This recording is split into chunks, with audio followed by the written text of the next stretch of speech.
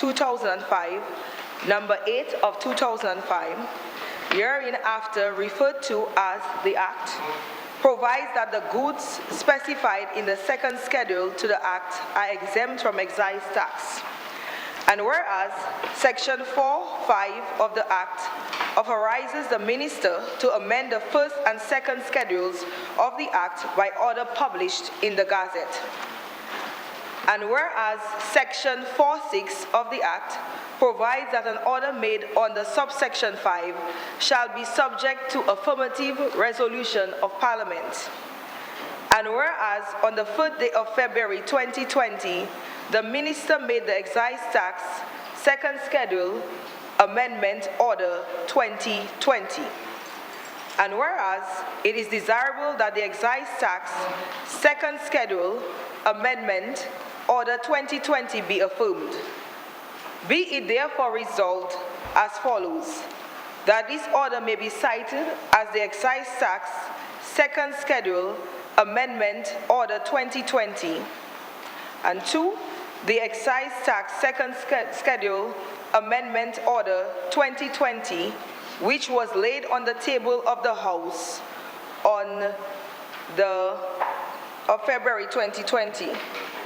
10th of February 2020 is affirmed.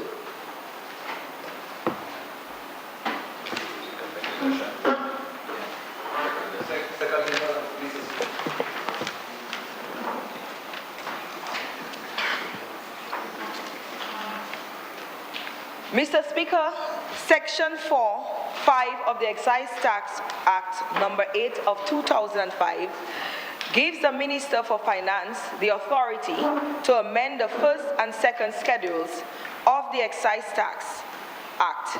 The first schedule deals with the rates of excise to be applied, while the second schedule deals with the exemptions.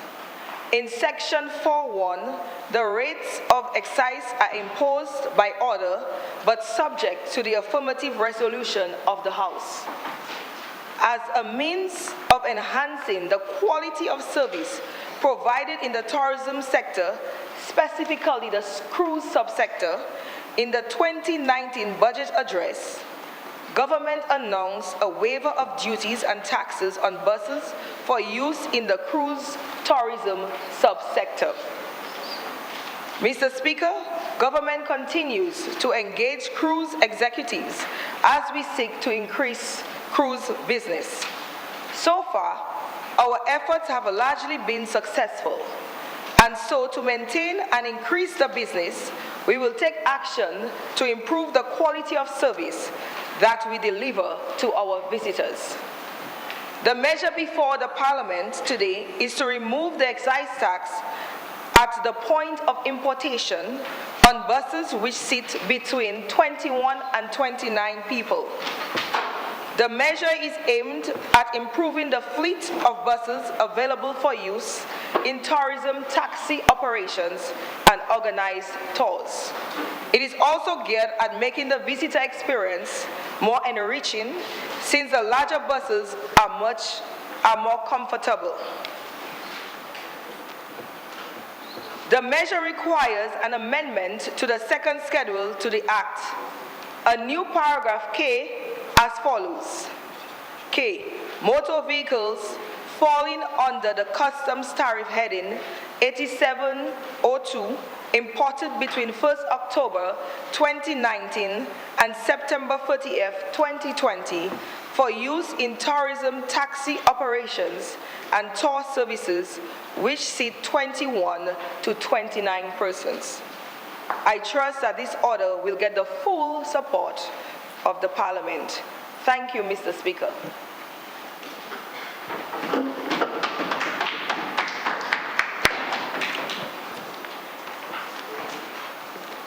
The motion is before the House for debate.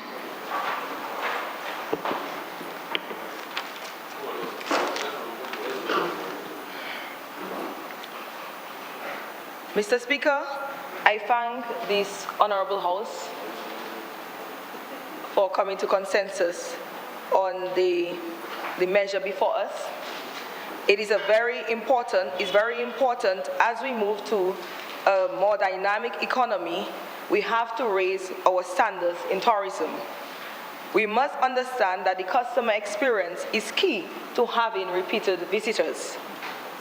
This is an excellent opportunity for taxi operators and all those who earn a living in tourism to make the necessary investments to upgrade their fleet to afford visitors a more pleasurable and comfortable experience, and also to make more money.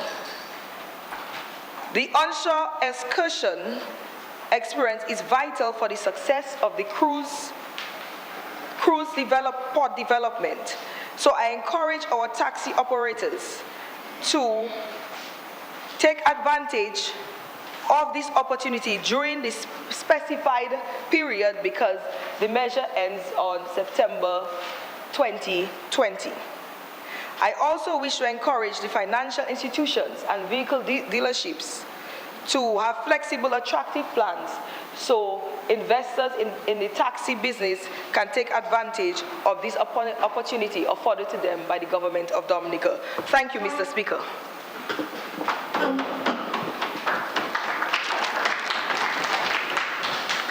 This concludes the debate on the motion. I will now put the question. Be it therefore resolved as follows. 1.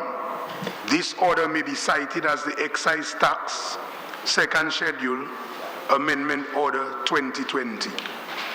2.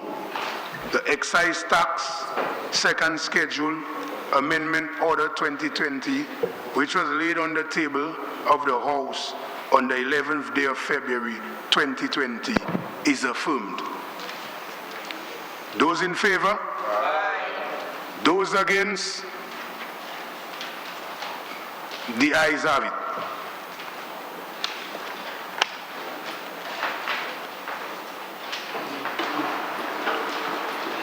Value Added Tax Schedules Amendment Order 2020.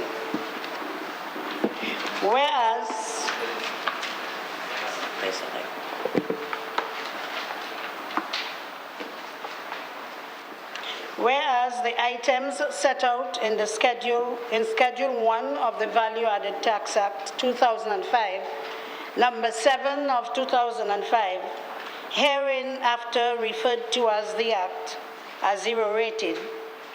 And whereas Section 18 of the Act provides that the goods specified in Schedule 3 to the Act are exempt imports.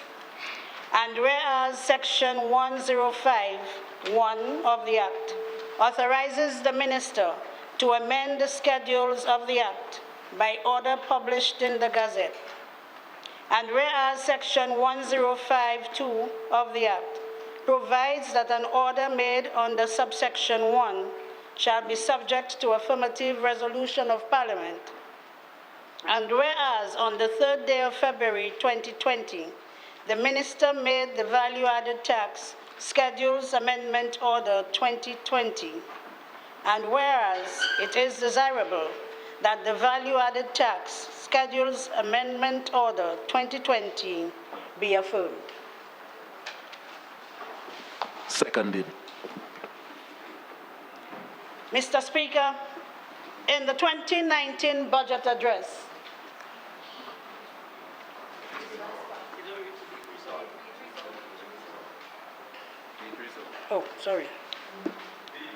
be it resolved as follows.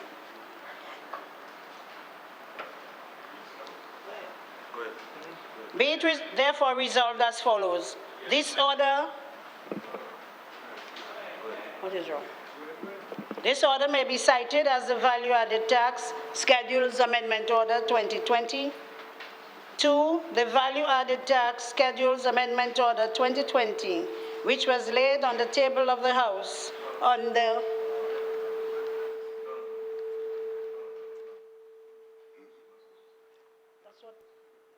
that is what I know. I was right originally, yes. Thank you, because that's what my paper is. Yes. Mr. Speaker, in the 2019 budget address, 2 measures were announced which necessitates an amendment to the value-added tax order. The first measure relates to a decision to encourage the use of more environmentally friendly vehicles. This is part of our efforts at becoming the first climate-resilient nation. As such, a reduction in import duty and value-added tax on specific vehicles is proposed. The specific vehicles include electric buses under customs heading 8702.40, electric cars under customs heading 8703.80, and electric motorcycles under customs heading 9711.60.90. The 15% VAT is applied to these vehicles, and with the approval of this measure, the rate of VAT which will be applied is 0%. This measure is aimed at encouraging the use of more environmentally friendly vehicles. The second measure, Mr. Speaker, is intended to provide further support to vulnerable groups in our society. This government engages constituents constantly in the identification of the needs of the communities. We recognize that among the elderly and infants, there are some articles and equipment that can be used to provide better and more professional care. The goal is always to make the quality of life better for citizens. In that regard, the proposal is for the removal of VAT on the following items, effective September 1st, 2019. Adult diapers, baby wipes, bath boards, bath steps, bath lifts and hoists, shower chairs, and reclining beds. The draft order to effect the above amendments is subject to affirmative resolution pursuant to Section 105 of the Value-Added Tax Act 2005, Act Number 7 of 2005. We do hope that the removal of VAT on these items will be passed on to the consumers. Mr. Speaker, to effect the measures, Schedule 1 of the Act, which deals with zero-rated supplies, is to be amended in paragraph 3 by inserting a new subparagraph 0 as follows. A supply of electric buses, electric cars, and electric motorcycles under the customs headings 8702.40, 8703.80, and 9711.60.90, respectively. Schedule 3 to the Act, which provides for exempt imports, is also being amended by inclusion of a new paragraph 16 as follows. The import of adult diapers, lifting chairs, bathroom aids, reclining beds, baby diapers, and baby wipes.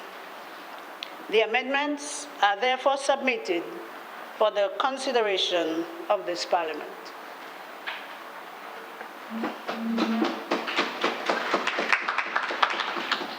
The motion is before the House for debate.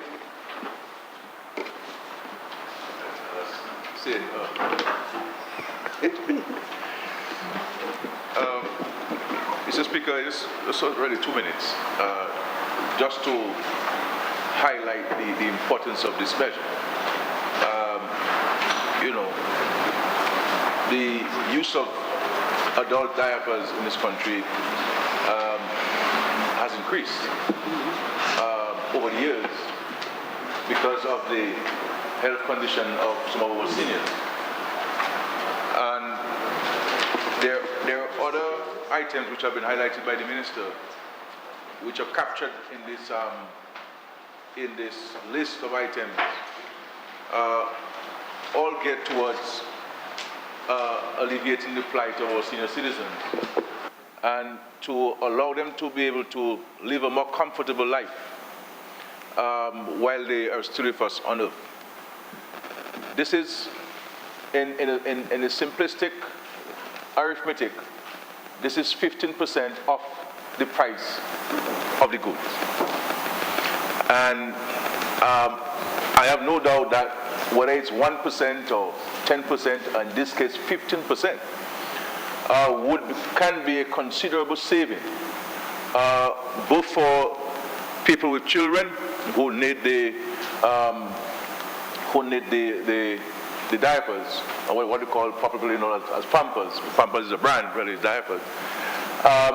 Who use these things and on wipes and so forth. That this concession, our hope and prayer is that the consumer can see a reflection of this savings when they go to the supermarkets or the shops, wherever they purchase the items. So this is 15% off. That's 15 cents on every dollar. And when you add it up, it can be significant. And because we're responding to the concerns of the general public where this is concerned, because they've been raising this issue time and time again, and I'm hoping that at least this will help to reduce on the price to them. The issue of electric vehicles I believe is a forward thinking approach, and this fits in well with Dominica's to reduce the emission of carbon gases into the atmosphere. Though we do not make much contribution to the emission of carbon gases in the atmosphere, looking at it from a relative term, but whatever action we can take, this government and this country is committed to doing so. And again, these are opportunities for the private sector, because with now making these vehicles more accessible by reducing the taxes associated with their importation, the issue of charging bays is an opportunity for the private sector to establish a couple of charging bays in Dominica so that people could charge their electric cars, and so these are progressive policies, and I want to commend the Parliament, the also Assembly for being part of this forward-thinking movement towards a greener economy, a more sustainable environment, the protection of the environment, a reverse in the degradation of our environment and our coastlines and our atmosphere. And this also gives Dominica a further reason to be able to speak with a sense of conviction to the international community when it comes to issues of climate change and the impacts of climate change on our nations. And this is why we continue to call on the international community, the developed countries, to take necessary actions to reduce on the emission of carbon gases in the atmosphere, reduce the temperatures of this world so that we can see a less frequency and ferocity of hurricanes and storms, which impact on our society, Mr. Speaker. So I think these are progressive policies, and of course the Parliament will see, as these years go by, as these months go by, a number of such initiatives coming to the Parliament as we seek to create a resilient nation, but also to be a conscientious and a conscious advocate for the environment and for the protection of the environment. Mr. Speaker, thank you.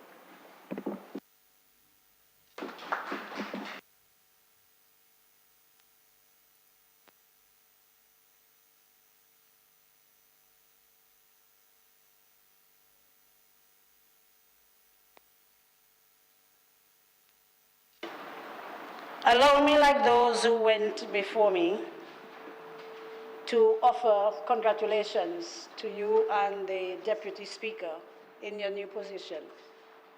Let me also express sincerest thanks to the constituents of the Monjon Rivière-Syriac constituency. I need to single out Grand Fond because they have really showed their appreciation for what the government has done in the constituency, and in their wisdom decided to give the government another chance, another opportunity to bring further development to the constituency.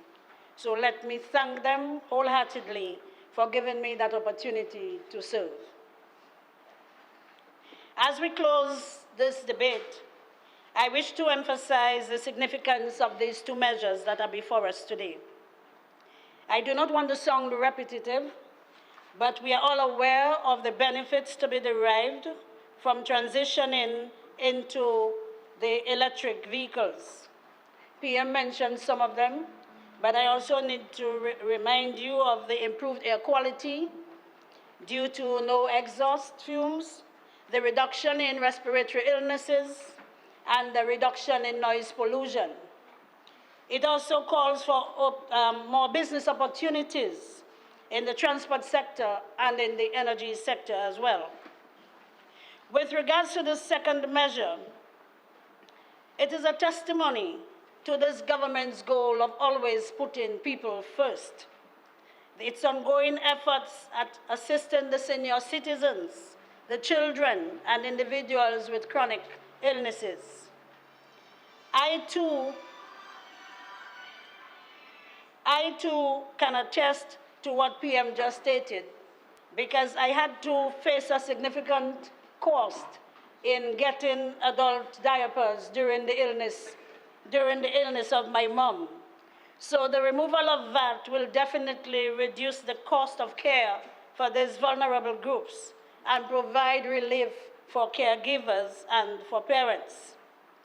I wish to reiterate, though, that the onus, however, is on the private sector to ensure that the savings are passed on to the consumer so that the vulnerable people in our society can truly benefit from this move. I thank you, Mr. Speaker, for this opportunity.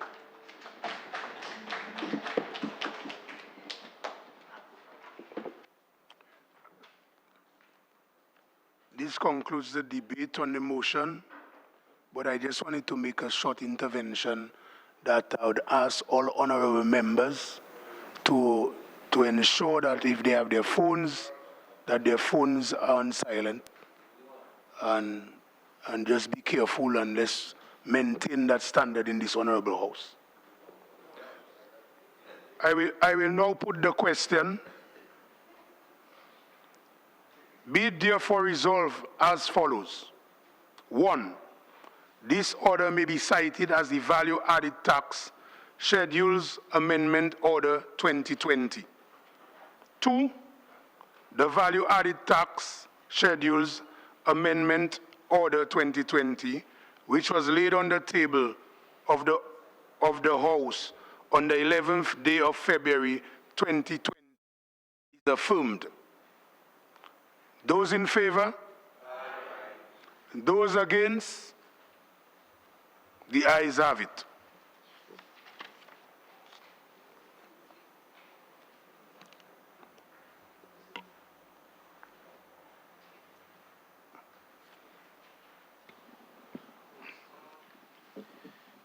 Mr. Speaker, I move that the second reading of the bill shortly entitled International Business Amendment Act 2020.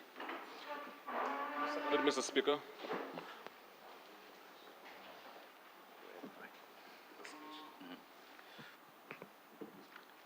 Mr. Speaker, the European Union, the EU, and the Organization for Economic Cooperation in Development, OECD, have requested additional changes to the International Business Company Act to meet their requirements. As a result of the amendments made to the legislation, as well as the decision to join the Base Erosion and Profit Sharing, BEPS framework, Dominica was removed from the European Union negative list of non-cooperative tax jurisdictions. Both the international business companies regime and offshore banking regime are still under review by the Forum on Harmful Tax Practices, FHTP. Based on the further assessment of the OECD, additional changes are now being proposed. The changes proposed are in respect to the grandfathering provision as it relates to the intellectual property. Mr. Speaker, the amendment of the International Business Companies Act No. 10 of 1996, now before the Parliament, proposes a change to Section 109 of the said Act. The new provision is in respect of taxes applied to intellectual property assets within the context of the obligations to the OECD and the European Union. Intellectual property asset in this legislation means an intellectual property right, including a copyright, design right, patent, and trademark, and includes technical know-how, service marks, brand or image rights, and performance rights. Mr. Speaker, I commend this amendment to the Parliament for its consideration. I thank you.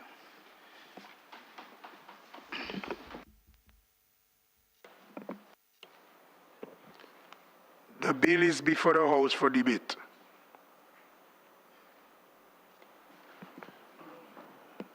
Again, Mr. Speaker, Dominica is not an island unto itself. We are part of a global community. And there are, in this world, you have to sometimes follow the dictates of others. But that notwithstanding, we recognize our greater responsibility as a member of the international community and our own responsibility towards doing whatever we need to do and we ought to do to create a better environment to conduct business in a more transparent process globally. And therefore, we see this engagement with the OECD and the European Union as an ongoing discussion, because this world and the financial system is dynamic. It's dynamic. And every so often, there will be new decisions that have to be considered, new problems to deal with, and where actions are deemed to be necessary, Dominica stands ready to take those actions. And I must say, Mr. Speaker, here in the Parliament, that sometime last year or so, we raised concerns about the approach which the OECD and the European Union took in respect to some of the impositions on countries like us in the Caribbean. I want to report to the Parliament that they have taken due cognizance of this, and we have seen an improvement, a dramatic improvement in the engagement of the OECD and the EU on these matters. There is a more cooperative, more respectful engagement. And I believe when there is more respectful engagement, more can be achieved together. Because we do not see this as a European issue. We see this as a global matter of which Dominica is part of, and which Dominica has a responsibility and a duty to play its part as a responsible country in the global context, Mr. Speaker. So while this is part of domestic law, and every one of our citizens and residents must respect this domestic law, it also forms part of an international crusade, which we fully subscribe to ensure that there is greater transparency and accountability in the financial system globally, Dominica included. Mr. Speaker, thank you.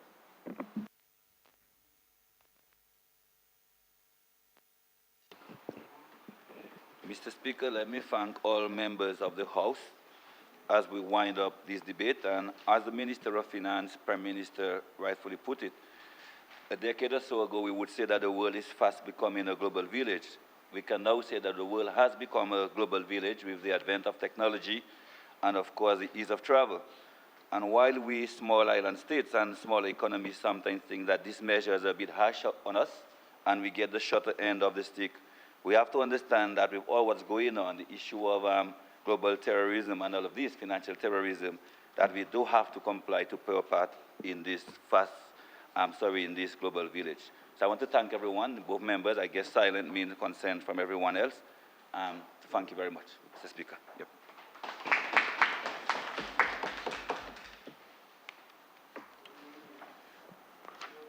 It has been moved and seconded that the bill shortly entitled International Business Amendment Act 2020 be read a second time. International Business Amendment Act 2020. The bill now stands committed to a committee of the whole House to be considered clause by clause.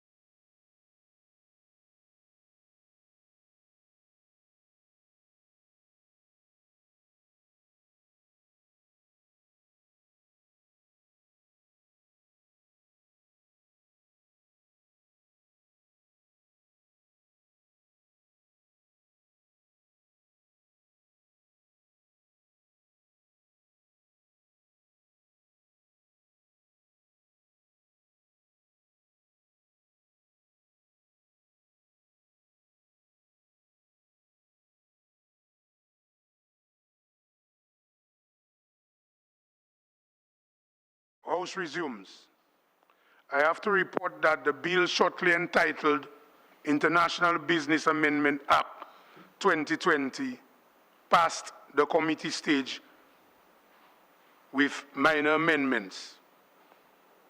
The question that the report of the committee on the bill be adopted. Those in favor? Aye. Those against? The ayes have it. Mr. Speaker, I move that the bill shortly entitled International Business Amendment Act 2020 be read a third time and pass. Mr. Speaker. International Business Amendment Act 2020. It has been moved. No, the bill has been read a third time and passed.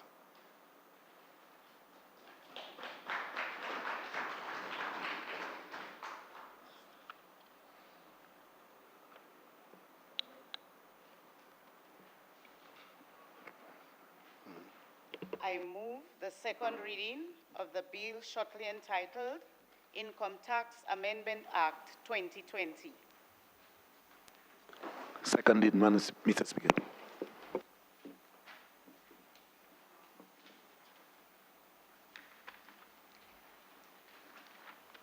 Mr. Speaker, the Income Tax Act, Chapter 6701 of the 1990 Revised Laws of Dominica provides the legal framework for the administration of income taxes in Dominica.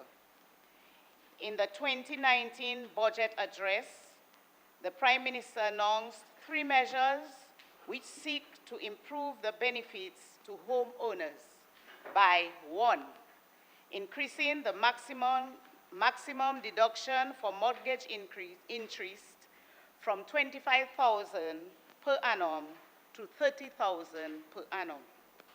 2, allowing a resident to deduct mortgage interest of $30,000 per year on one owner-occupied property and $15,000 per year on a second owner-occupied property. 3, taxing rental income separately from other income, and the application of a flat tax rate of 20% on net rental income after mortgage interest expenses, property insurance, and other non-capital expenses related to the property being rented is deducted. Mr. Speaker, the bill before the House seeks Parliament's approval for an amendment to the income tax to allow for the implementation of the above measures. The specific amendments are the following. Section 48A of the income tax is repealed and replaced with the new section 48A as follows. A resident individual shall be entitled to a deduction in respect of any amount paid during basis period for a year of assessment by way of interest on a mortgage or loan in respect of the acquisition or improvement to 2 owner-occupied residential properties, but the deduction allowable for any 1 year of assessment in respect of the expenditure shall not exceed $30,000 on the first acquired occupied residential property and $15,000 on the second acquired occupied residential property. In this amendment, the mortgage allowance is increased from $25,000 per annum to $30,000 per annum. Further, the allowance can be claimed on 2 properties, albeit at different rates. Section 61 of the Act is also amended by inserting the following new subsection 3. Notwithstanding subsection 1, tax shall be charged for each year of assessment on the residential rental income of an individual at the rate specified in the 5th schedule after allowing for deduction of interest expenses related to the property and property insurance. This new section allows for the tax on rental income to be taxed differently. The rate to be applied is 20% and is provided for in the 5th schedule of the Act. Mr. Speaker, this government has tackled the issue of providing adequate and resilient housing from all angles. Since the passage of Hurricane Maria, our efforts have more than doubled as we attempt to ensure that every family can reside in a home which is safe and comfortable. We won't rest until we are satisfied that every family is without fear and knows that it is unlikely that their homes will be affected by major storms and climatic events or earthquakes. We will not rest until we have resettled every family located in a vulnerable area to somewhere that is safer. Thus far, a number of citizens are already occupying their new homes, and in the coming weeks, as more of the apartments and homes are completed, these will be handed over. The measure before the Parliament today will be of much benefit to the middle-income earners. This group of taxpayers, Mr. Speaker, very often do not meet the criteria that would apply to those of lesser income. But as Hurricane Maria taught us, we all must be able to take the necessary precaution and make our homes more resilient. This government is confident that the measures that we are considering today will help middle-income earners in that regard. The amendments are effective from January 1st, 2020. Mr. Speaker, I expect the full support of the House on these amendments and submit them for the consideration of the Parliament. Thank you, Mr. Speaker.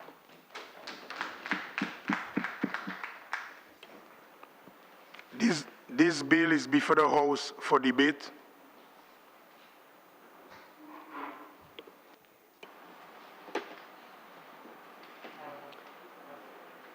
Mr. Speaker, the said bill before the House seeks to amend Section 48A of the Parent Act. Mr. Speaker, my contribution is based on my understanding of the bill. If passed, Mr. Speaker, my understanding, in fact, is that a residential property owner will be allowed deduction for interest paid on home mortgage in respect of 2 owner-occupied properties. For example, one may have a house in, say, Castle Bruce, and another house, say, in Kenfield. And you reside in both houses. That individual, that owner, would be allowed to claim a maximum of $30,000 and $15,000 annually in respect of mortgage interest paid. Mr. Speaker, on the surface, this amendment sounds good. But for owners with that luxury. However, one may ask, who are the Dominican residents able to afford or own 2 homes in order to benefit from this proposed measure? Well, I would imagine the more well-to-do. On the other hand, Mr. Speaker, we know the overwhelming majority of homeowners in Dominica own 1 house. And who are they, Mr. Speaker? The working class, public servants to include teachers, policemen, nurses, some farmers. However, Mr. Speaker, we also know that many homeowners suffered damage to their homes from Hurricane Maria. Many of these homes did not have insurance, and those who had insurance, the majority of these homes were underinsured. Mr. Speaker,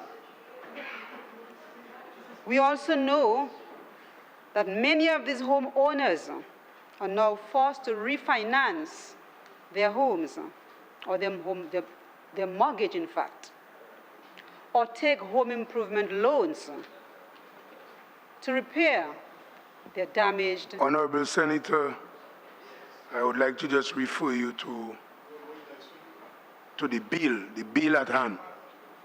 Is the income tax amendment bill. Yes, sir, that's where I am, Mr. Speaker. Yes, so stay focused on the substantive matter, which is the bill.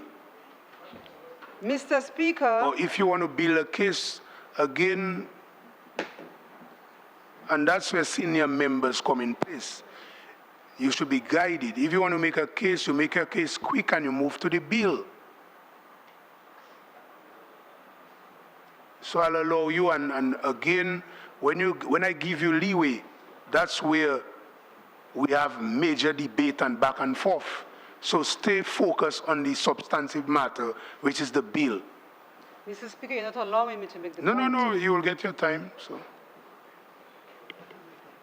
I am saying, Mr. Speaker, we are on the Income Tax Act, and this act refers to housing, mortgage interest on houses, and that's where I am.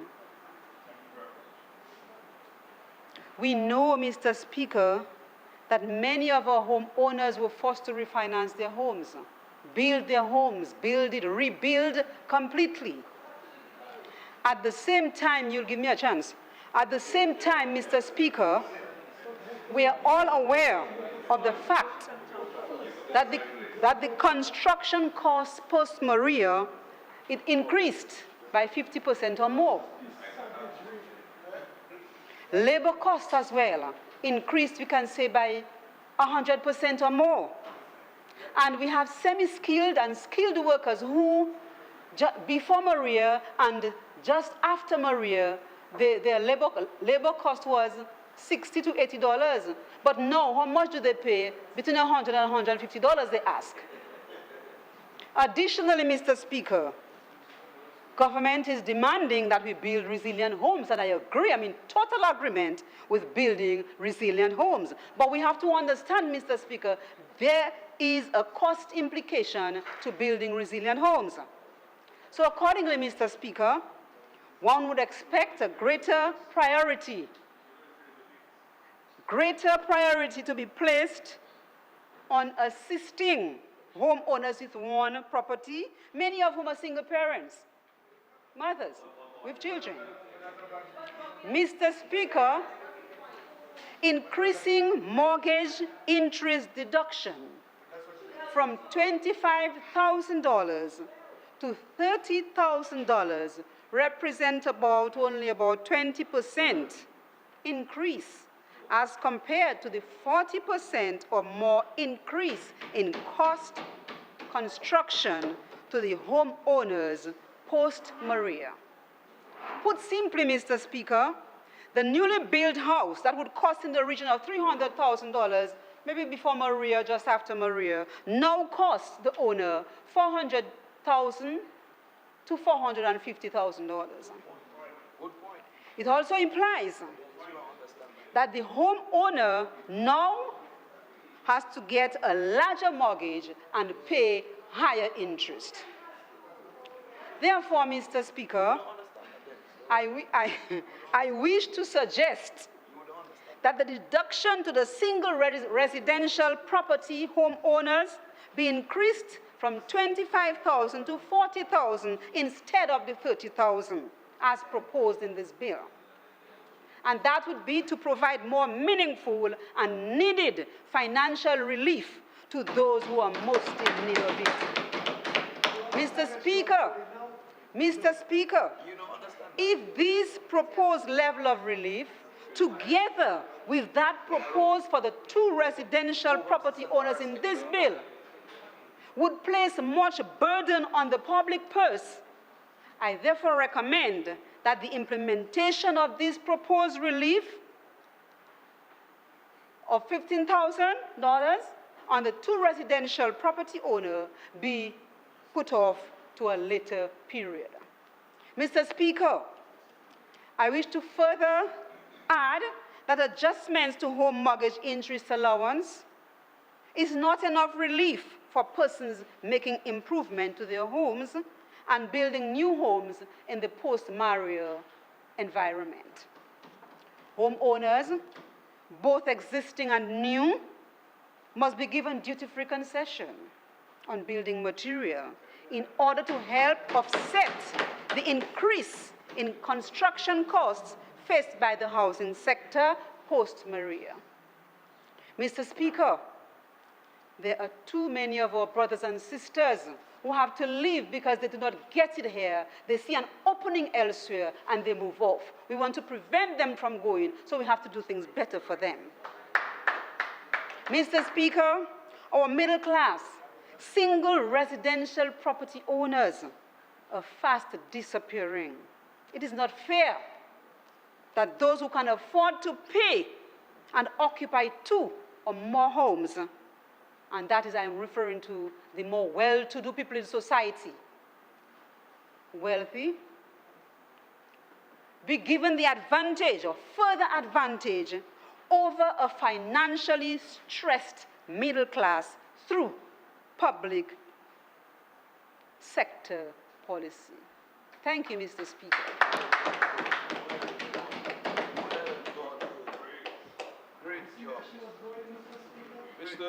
Mr. Speaker, I rise to... I will speak.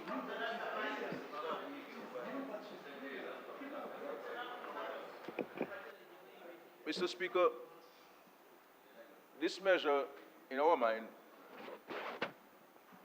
will certainly and absolutely benefit the middle class of Dominica.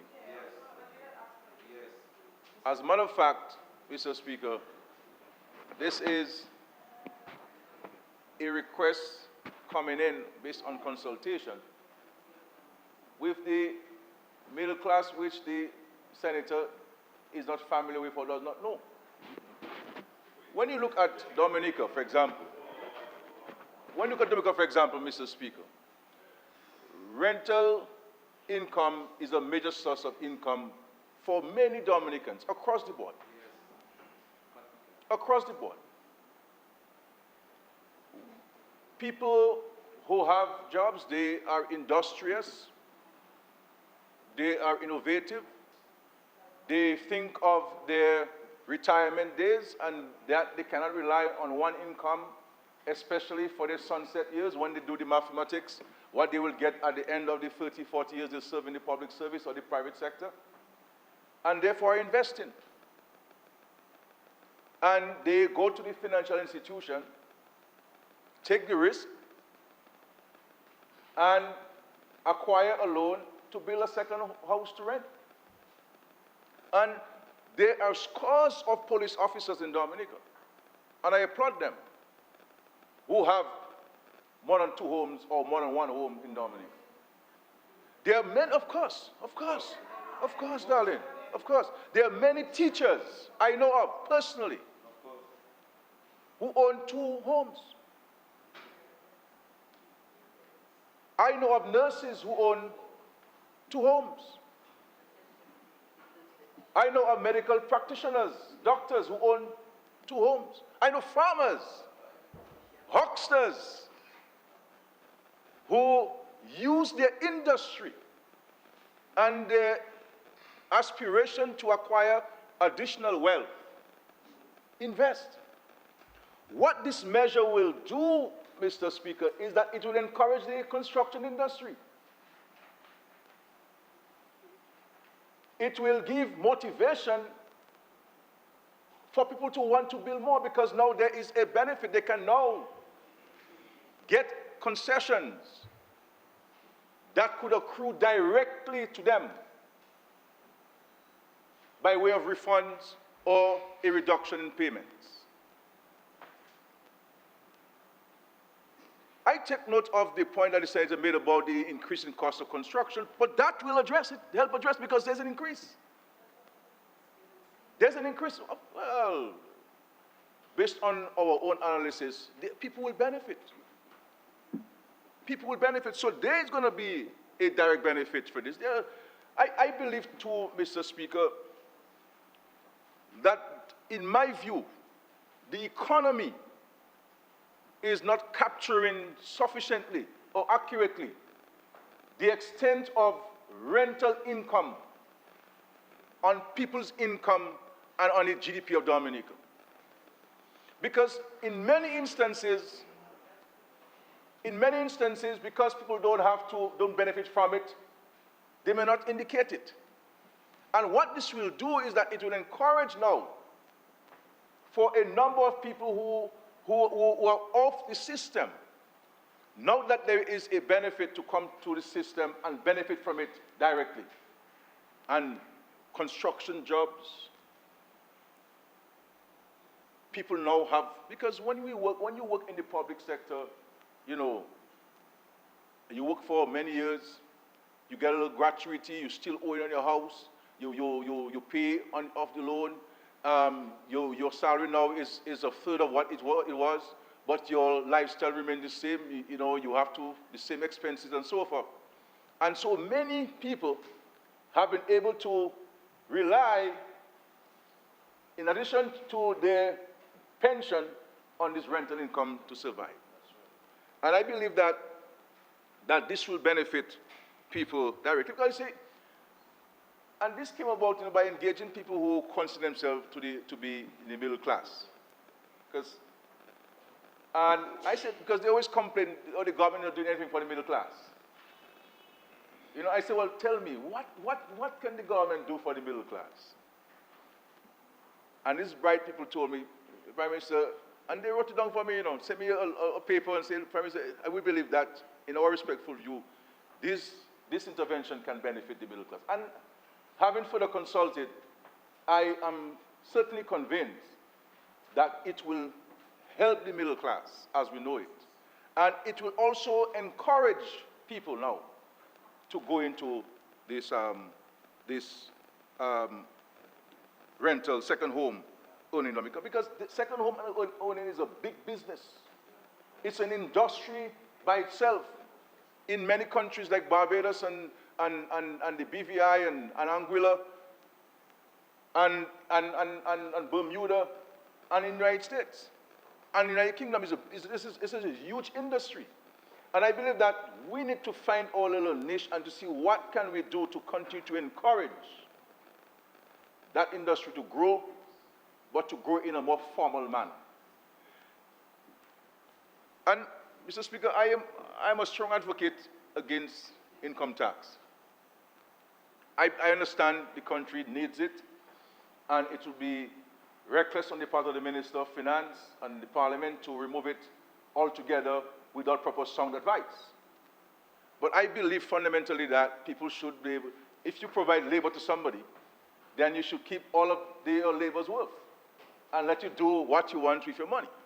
And this is why we have invited the International Monetary Fund to assist us with technical assistance. And they have sent me a resume of a gentleman that they have identified, and I have given my no objection to his engagement, to come to review our income tax regime in Dominica and to see whether, if we are to eliminate income tax as we know it altogether, how do we go about replacing that revenue that we would lose from this measure?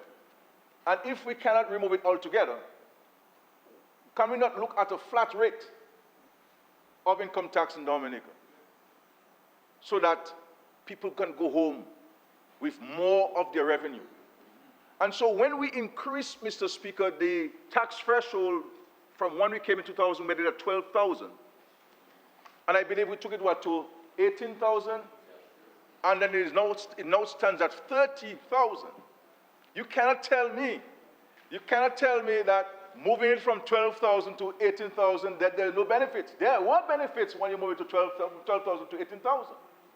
Because it means, therefore, anybody in Dominica who was earning $18,000 then would now pay no income tax.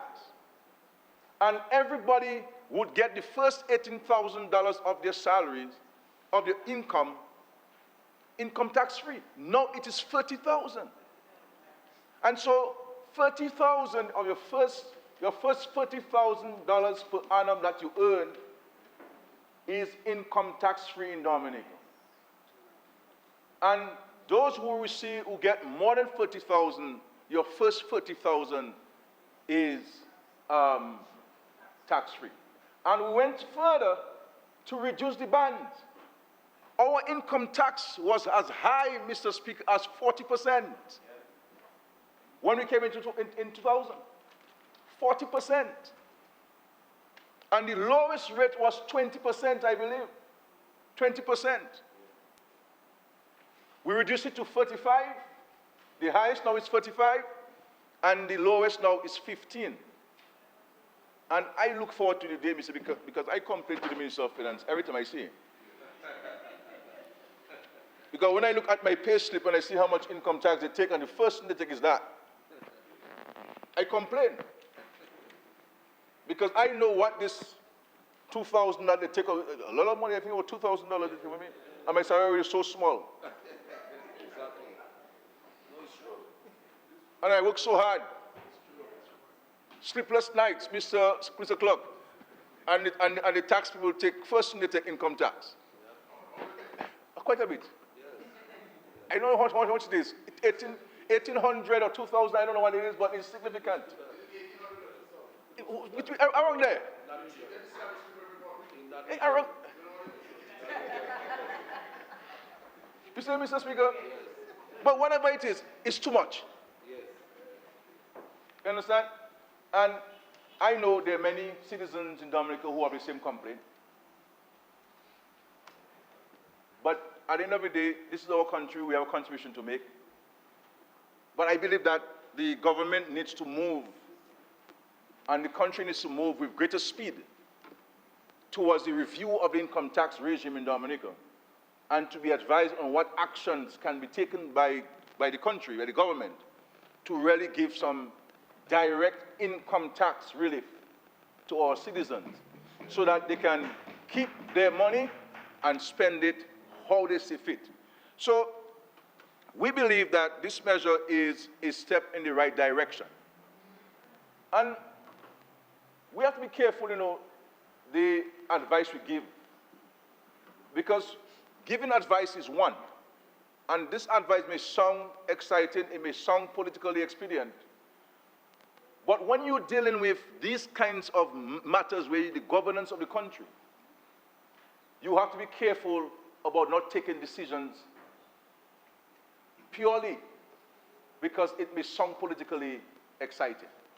Because every decision a government takes, where you're going to affect your earnings, you have to look at the implications elsewhere in the system and to ensure that one decision does not cause a negative reaction to other areas. We have done the assessment. I believe that it is the first step, and I believe as time goes by, especially when this expert comes in, I intend to put all of these matters where income tax is concerned before him for his review and expert review, and to advise us comprehensively on our income tax regime in Dominica and what we believe a progressive nation that we are now should be implementing where income tax is concerned and people's labor, the monies that they pay, we pay them for the labor, Mr. Speaker. So this measure is welcome. It was a measure that was announced in the 2019-2020 budget address, and we are seeking, now we are ratifying here through this amendment bill, to give it the effect going forward beyond the 4 months, Mr. Speaker. Thank you.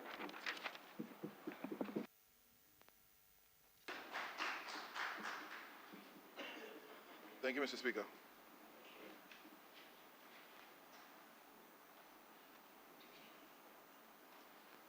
Debate. We were told that the amendment bill is now before the House for debate. And it's interesting listening to the Prime Minister in response to Senator Ernie Johnson. Immediately, it's a pushback against what she's recommending in looking at the proposals and in making a call and a suggestion that maybe at this time it does not go far enough. If what the intention is relief to persons who own homes, have a mortgage, and persons who wish to own a second home and want to enter into the financial obligations to do that. And in the context of the debate, we're hearing a lot of things. It seems like we are now a country where more people own 2 homes than 1 home. And the question is this measure going to benefit more people if it does more for the owners of a single home than if it is extended to the owners of 2 homes? But the critical point made by Senator Ernie Johnson is that we had an event in Dominica. We had an event in Dominica that everybody talks about, and particularly the members on the other side. Maria, Hurricane Maria. I don't know to what extent the members on the other side accept the fact that since Hurricane Maria, building costs, construction costs in Dominica have risen. And the point that Senator Johnson is making is in light of that steep rise in cost of construction, wouldn't we be better off if the government amends this measure in the interest of the homeowners to increase the mortgage income allowance, instead of from $25,000 to $30,000, to take it up to $40,000? We want to help people. We want to make it easier for them to be able to build their homes. We want to reduce the cost burden. But at the same time that we're doing this, we have all experienced the event that has probably allowed costs to rise significantly more than the relief that they will be gaining. So the relief that they will be gaining from what we're doing now for them will be wiped out by the increase of costs. Don't we have an obligation in these circumstances to reconsider what we're doing? On the suggestion and on the advice of Senator John Finn. That's all this is, you know. That's the spirit of debate in the House.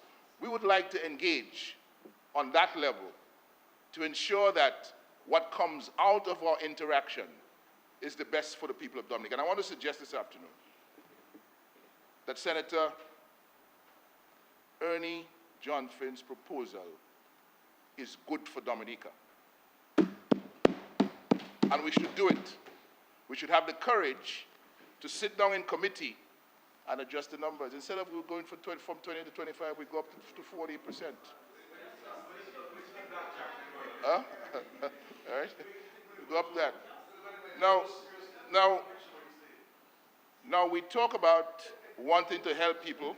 We talk about wanting to help the people with costs. And we talk about wanting to help people participate in an economy that is becoming increasingly dynamic. So we're providing breaks here.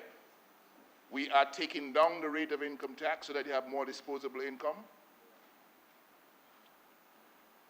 What about duty-free on building materials? What about duty-free on building materials? Why, 30 seconds, 30 seconds, 30 seconds. Take 30 seconds. Take 30 seconds. Mr. Speaker, let me say to the leader of the opposition that evidence has shown that when you take a decision like this to give waiver of import duties on things like building materials to build homes, more often than not, the people who you're targeting to benefit from this do not benefit from this, Mr. Linton.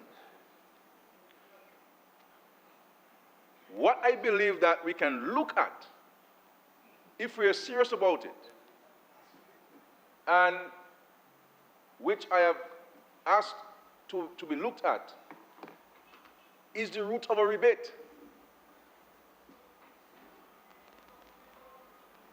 But to go the route of a rebate will require very careful management and oversight, because these things open up a lot of loopholes that you have to be careful with and about. You get that?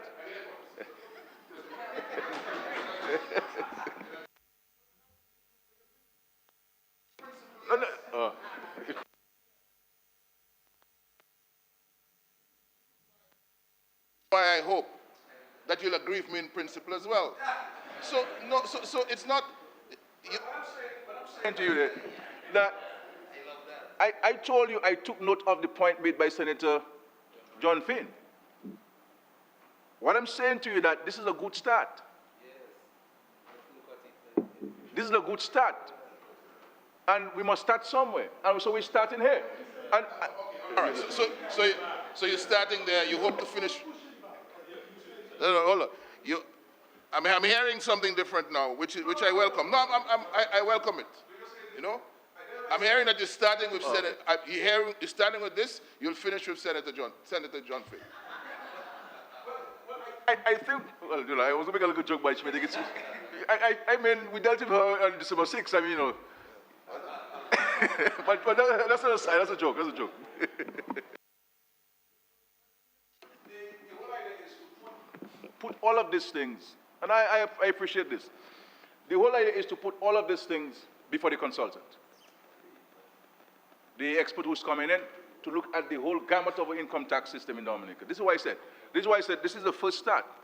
But what this is doing here now, immediately, is to give a tax break to those who have taken the risk of investing in Dominica, because when you build a second home, that's an investment you're making. So we're giving them an immediate relief.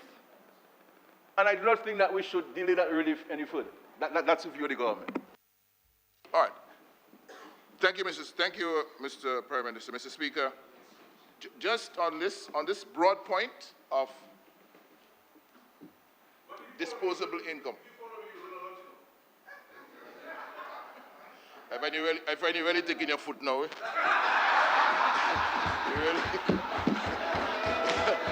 I find you stretching that joke.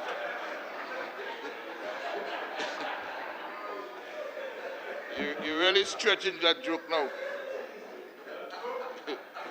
You're really stretching that joke now. Yes. Yes. Remember, I see in the back and forth, you lost maybe about 5 minutes. But I love the camaraderie, and that is what I was talking about when in the opening. I love it. But,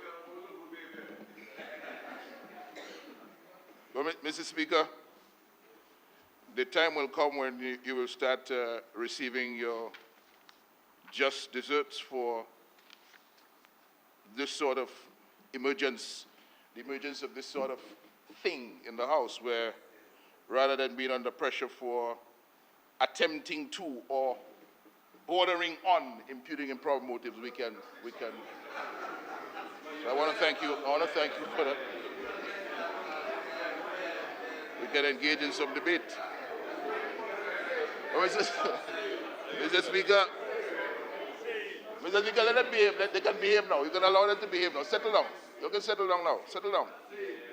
I just want to finish this brief intervention on the question of the disposable income and whatever the government feels it can do to build that, to protect it, in the interest of a more dynamic, a more vibrant economy.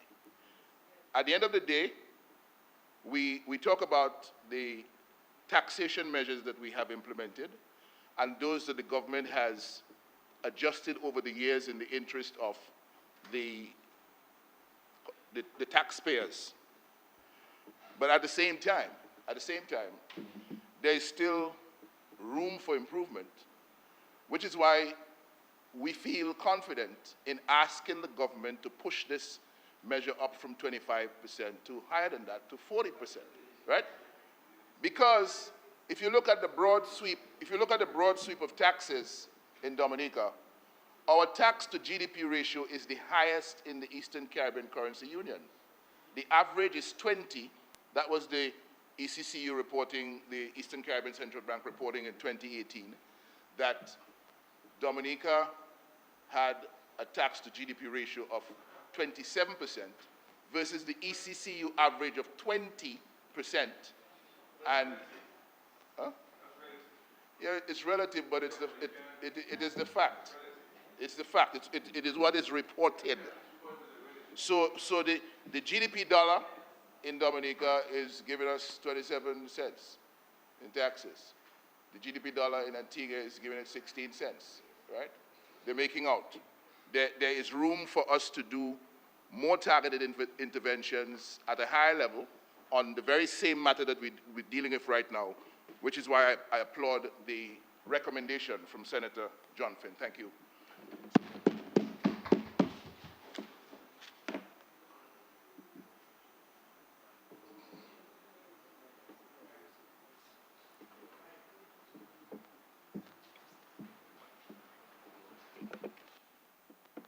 I just want to add a little to the discussion.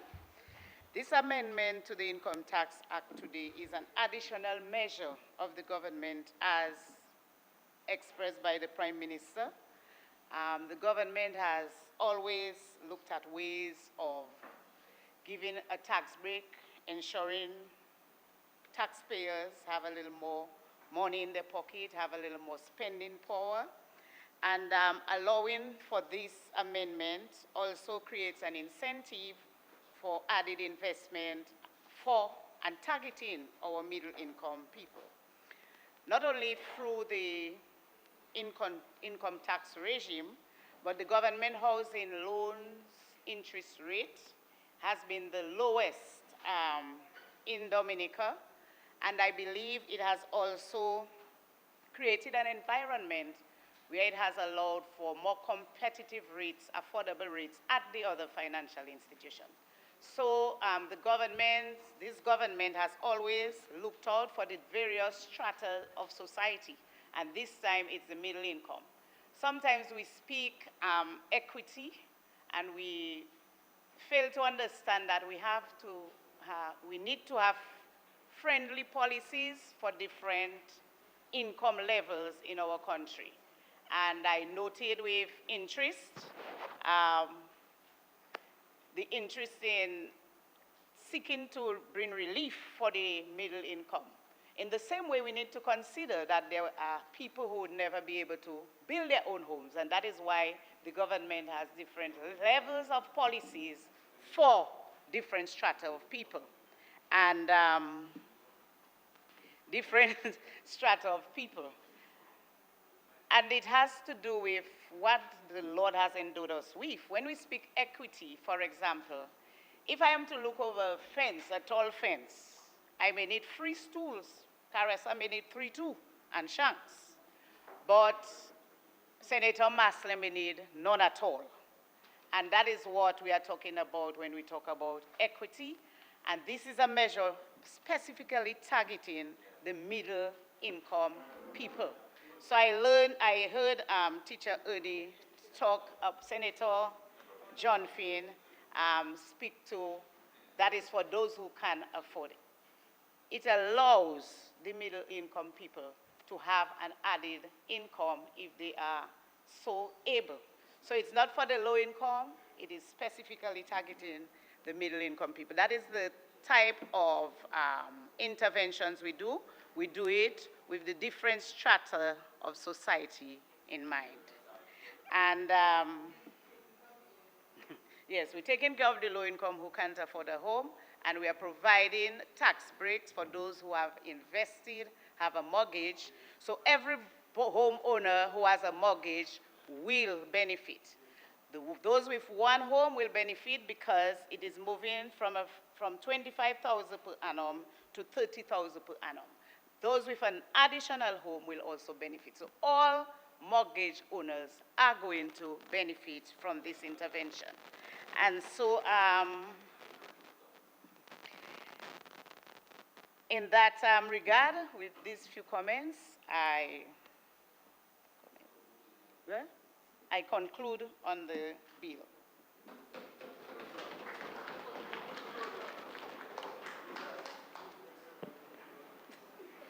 It has been moved and seconded that the bill shortly entitled Income Tax Amendment Act 2020 be read a second time. Those in favor? Aye. Those against? The ayes have it. The bill will now be read a second time. Income Tax Amendment Act 2020. The bill now stands committed to a committee of the whole House to be considered clause by clause.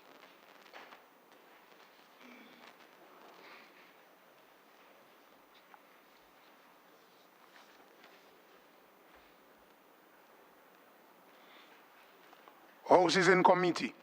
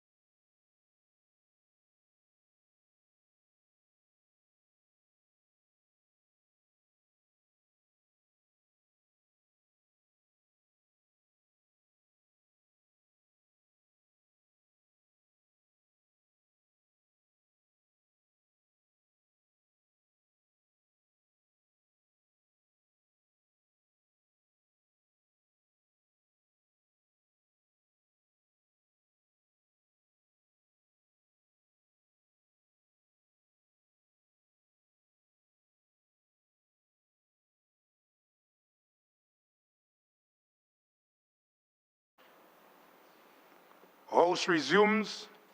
I have to report that the bill shortly entitled Income Tax Amendment Act 2020 passed the committee stage with minor amendment. The question is that the report of the committee on the bill be adopted. Those in favor? Aye. Those against? The ayes have it.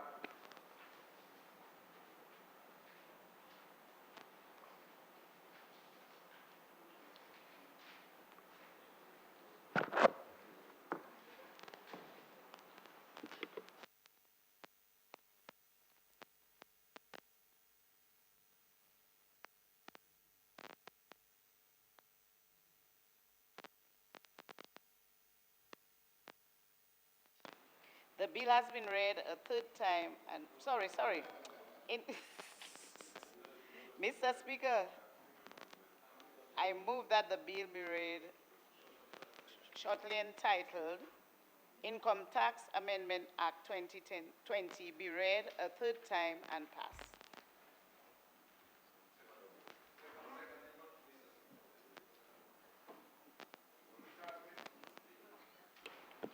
It has been moved and seconded that the bill shortly entitled Income Tax Amendment Act 2020 be read a third time and passed.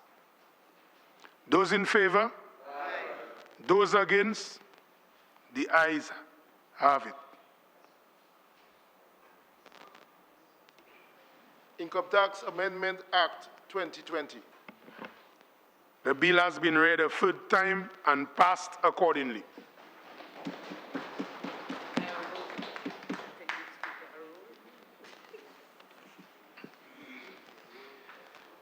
Mr. Speaker, I move that the second reading of the bill shortly entitled Offshore Banking Amendment Act 2020. Mr. Speaker, this Parliament would be very well aware of the effort being made by the Government of Dominica to comply with the demands of the European Union and the Organization for Economic Cooperation and Development, the OECD, in relation to tax matters. To date, the Parliament of Dominica has approved several amendments to the critical legislation, especially in respect to the Offshore Banking Act, the Fiscal Incentives Act, and the International Business Company Act. Among the requirements of the European Union is that Dominica signs on to the Base Erosion and Profit Shifting Framework, BEPS.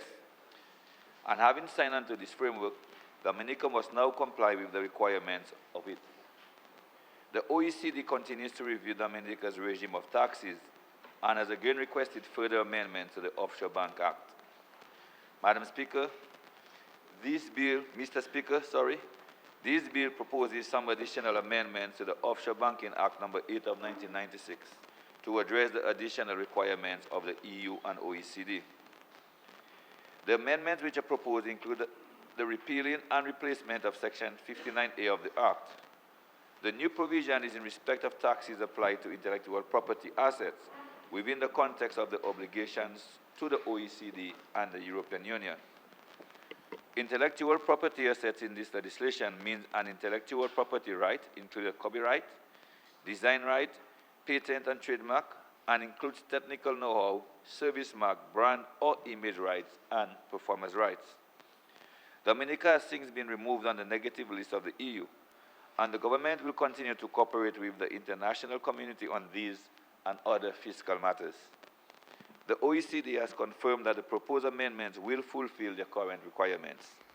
With these few words, Mr. Speaker, I commend the Offshore Bank Amendment Bill 2020 to the House for its consideration. I thank you.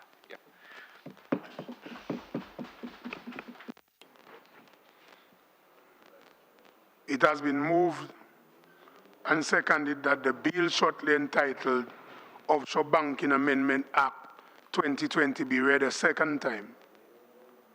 Those in favor? No, sorry. The bill is before the House for debate because nobody stood up, so yes, the bill is before the House for debate.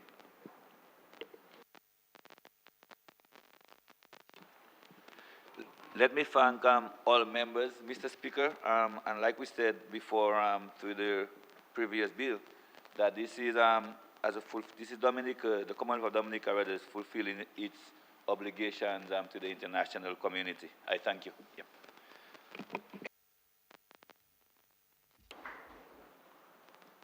It has been moved and seconded that the bill shortly entitled Offshore Banking Amendment Act 2020 be read a second time. Those in favor? Aye. Those against? The ayes have it. Offshore Banking Amendment Act 2020. The bill now stands committed to a committee of the whole House to be considered clause by clause.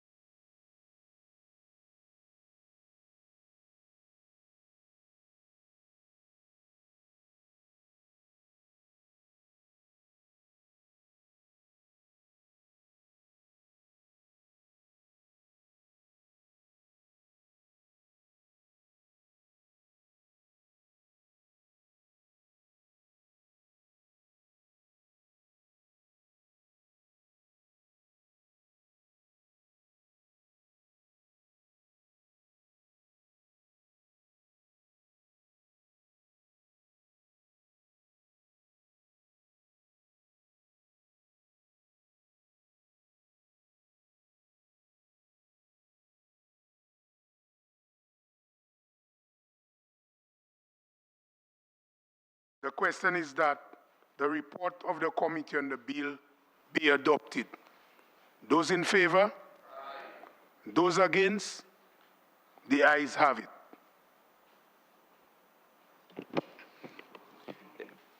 Mr. Speaker, I move that the bill shortly entitled Offshore Banking Amendment Act 2020 be read a third time and pass. Mr. Speaker, will you start down, man?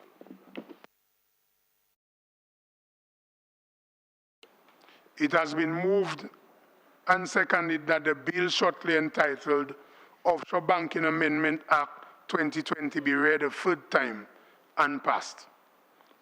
Those in favor? Aye. Those against? The ayes have it.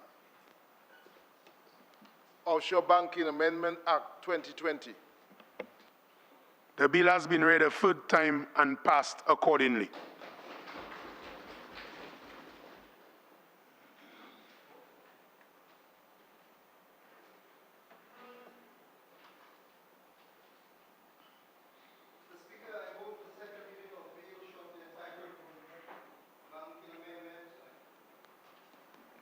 Act 2020. Seconded, Mr. Speaker. Mr. Speaker, in 2015, the member states of the Eastern Caribbean Currency Union, ECCU, passed a new legislation to govern the operations and regulation of the banking sector. The act was intended to be a uniform act. Since its passage, the Eastern Caribbean Central Bank, ECCB, governments of various member states of the ECCU, as well as banks within the ECCU, have been assessing the application of the Act. As a result, it was determined that the amendments are necessary to further enhance the regulation of the sector. The suggested amendments to the Banking Act were proposed to and approved by the Monetary Council of the ECCB. The ECCB in turn proposed draft legislation to the member governments of the ECCU with a recommendation that the draft legislation be passed by parliaments in the respective jurisdictions.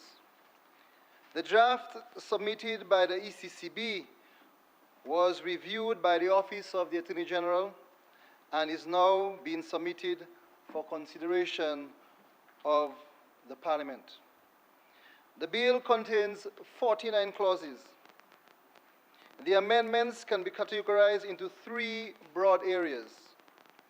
The first area refers to specific matters in the drafting in the parent legislation that needs to be clarified. The second area seeks to provide revised definitions of some terms, while the third area reflects changes which have been made on some policy issues. Mr. Speaker, in respect of drafting clarifications, it was noted that the certain provisions in the Act were identified as requiring amendment to ensure clarity of intent and consistency in language. Two examples of this are the following. An anomaly was identified in Section 5, where reference is made to conducting banking business. However, the term that is intended to be used throughout the Act and intended to use in all other areas of the Act is carrying on banking business. The use of the former terminology has the potential to create interpretational issues and therefore must be adjusted accordingly. Section 54 of the Act refers to licensed financial institutions that may acquire or establish a subsidiary company. In its current formulation, only future subsidiaries will be captured. However, the provision is intended to not only govern future subsidiaries, but also existing subsidiaries. The section would therefore be amended to give effect to that intent.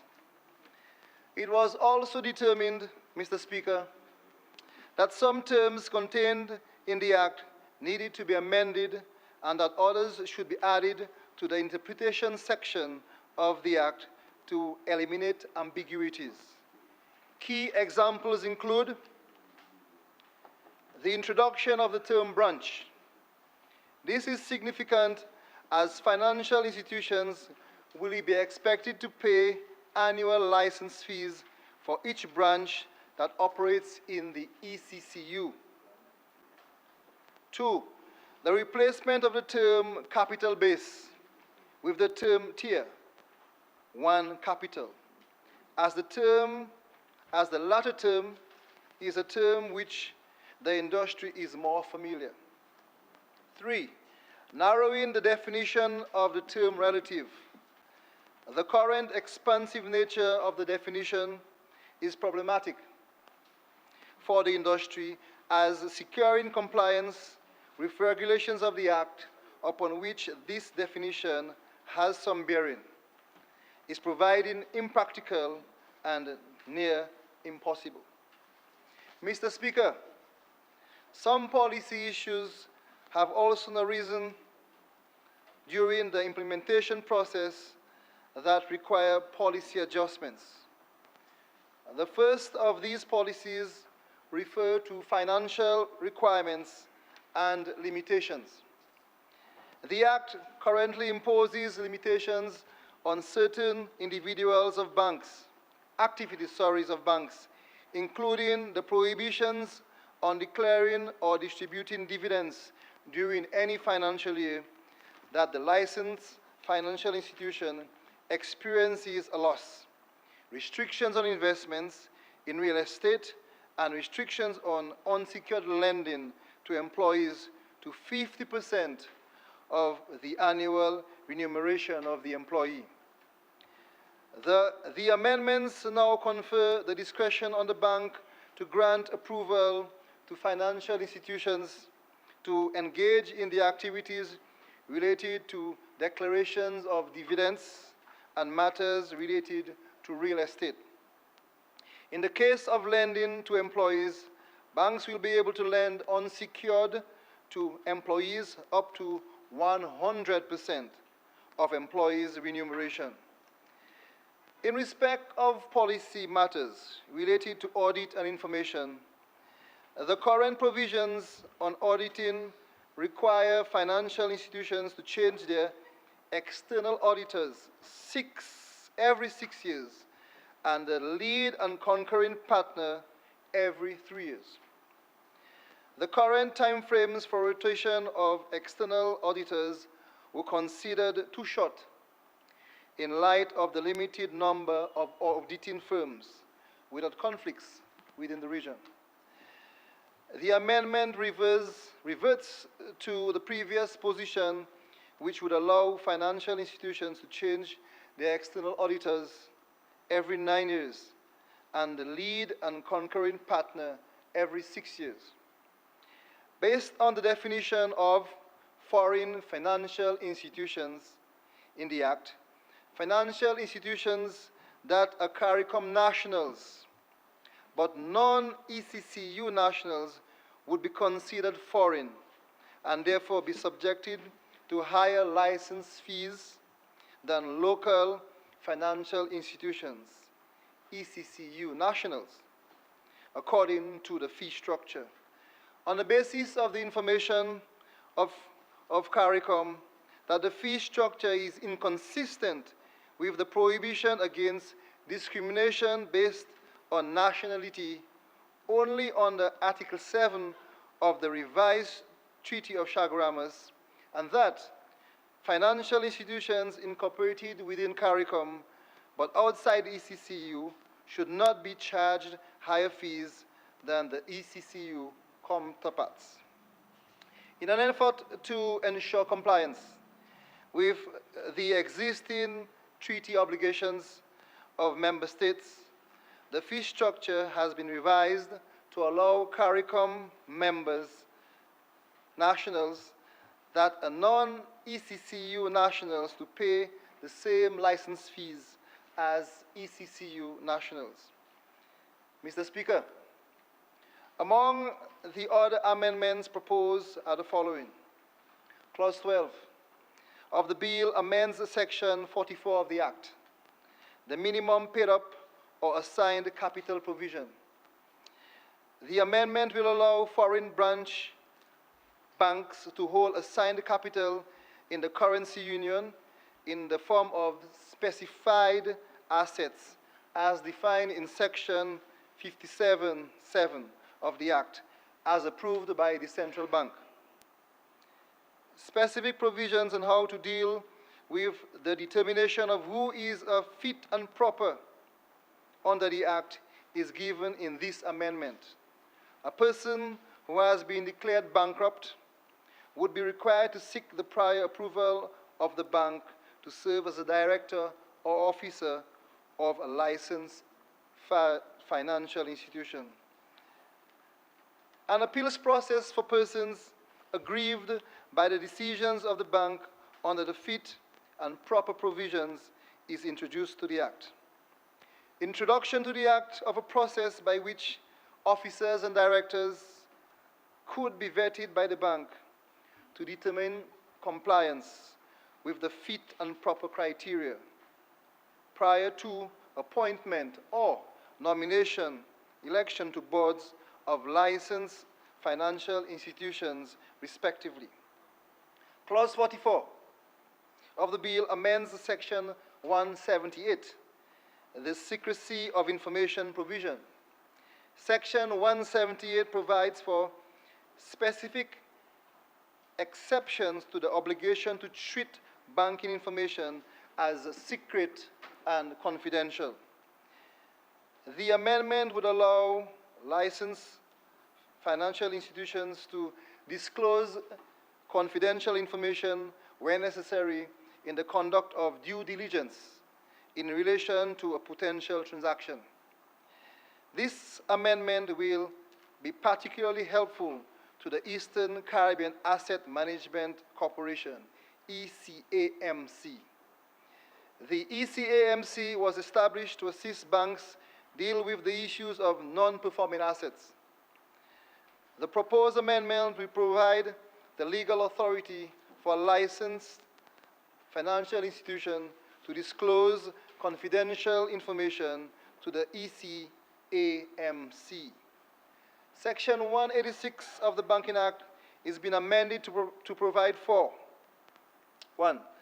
The establishment of a bridge bank for an initial period of 12 months, with the possibility of extension by the ECCB for up to 4 years. 2. Specific circumstances under which bridge bank's status may automatically be terminated, that is, by inflection of time, sale to or amalgamation with another institution, or satisfaction of the capital requirements. 3. Mandatory receivership and liquidation only where bridge bank status terminates by inflection of time. And 4, retention of discretion by the ECCB to initiate receivership and liquidation even prior to the expiration of the period of the bridge bank. A consequential amendment is being proposed to Section 138, which is the receivership provisions. Clause 48 repeals and replaces Schedule 1 of the Act, while Clause 49 repeals and replaces Schedule 2 of the Act. Mr. Speaker, banking has become very challenging. The ECCB and the Monetary Council are cognizant of the need to ensure that the Banking Act provides an adequate framework for banks to operate and to make certain that we have a well-run and efficient sector, while ensuring that the needs of the citizens of the currency union are met. I trust that these amendments will receive the full support of the House. I therefore commend the bill to the House for its consideration. Thank you, Mr. Speaker.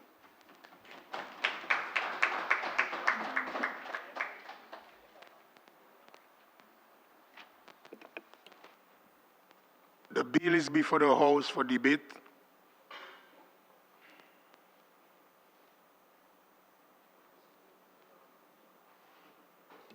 Mr. Speaker, through you, I thought we would hear from the Prime Minister, who is a member of the Monetary Council. And this, after all, started out as harmonized Eastern Caribbean Currency Union legislation. And when we debated this particular measure, this particular bill, this act, and passed this act in 2015, we were concerned on this side that we were rushing it. We were rushing it at the behest of some international organization that was breathing down our necks to have it done ASAP. It is clear now, 5 years later, that some more thought needed to have gone into this, because it cannot be that when you look at the drafting in the parent legislation that requires clarification or the revised definition of terms that have been dealt with, even in the policy changes that necessitated some of the amendments, that any of that surfaced within the last 5 years. We knew that. We knew all of these things 5 years ago, and yet we rushed the legislation through Parliament. Not only here in Dominica, it happened all around it. So I'm not saying this is not a Dominica problem. Right? And now we are coming to this Honorable House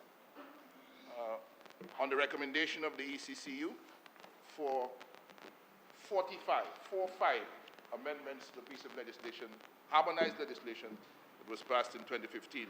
I hope that teaches some lessons about rushing legislation, even though it's at the behest of international organizations, because now these amendments have come from the same ECCU group with the blessings of the Monetary Council, having heard from industry players on the realities in which the Banking Act of 2015 was operating.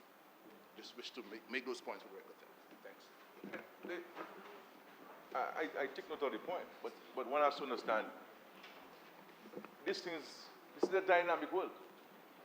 And this is why allowance was made for amendments to legislation. That no legislation in itself is perfect.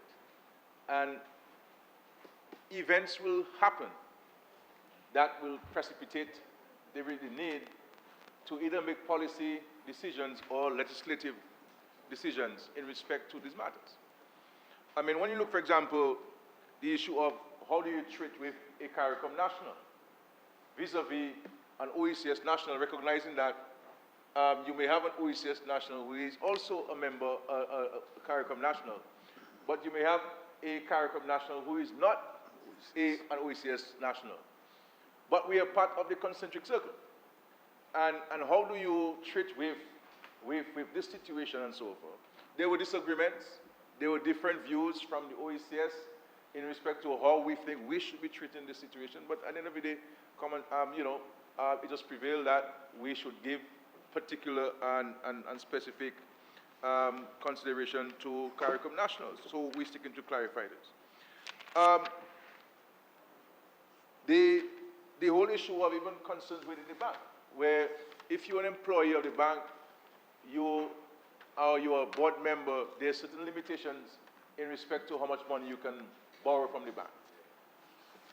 That has posed a challenge to the banking, to people who work within the banking system, and also people who are on boards and so forth. So we're seeking to address this particular matter. So I have no doubt, Mr. Speaker, that in the next year or two, that we may come back here with further amendments, because this is a dynamic situation. The world is changing rapidly. The issue of de-risking, the issue of being able to do transactions in the bank and the challenges which are faced, and of course the positions by our international partners, and so we expect there to be amendments. So the amendments that were made in 2015 were necessary at the time, and the question is, should you have gone ahead with them, or should you have waited 5 years later, which could have compounded the situation and also placed the monetary union in some very difficult circumstances, because there are amalgamations taking place. There are issues of management concerns, issues of the fiduciary responsibility of board members, and with the, as I said, with regards to the risking and so forth, we have to be very careful as a monetary union. So we will see further amendments, I have no doubt. But those that were done in 2015 were not necessarily rushed, or neither could they have been deferred, because they were dealing with matters that were relevant and important at the time. And now we're here dealing with additional matters. And we're going to a Monetary Council meeting this week in St. Kitts. And we're surely going to have further conversations on this because the banking situation in the Caribbean, in the world, has its own challenges, many of which are external to us and outside of our control and sphere of influence, Mr. Speaker. So I take note of it, but not to say that we need to have gone back then, and we need to go now. And I have no doubt we'll come back, because one of the things we have suggested to the Monetary Council is that with all of these amendments we're making, you know, should we not bring in a new piece of legislation? A new piece of legislation. But I guess maybe in the next year or two, we may very well see a new piece of legislation to replace the existing one, taking into consideration all of the attendant challenges which you have with the banking system. You know, when a minister speaks, he speaks on behalf of the government. So his words are my words, and my words are his words. So I didn't necessarily have to speak on his behalf.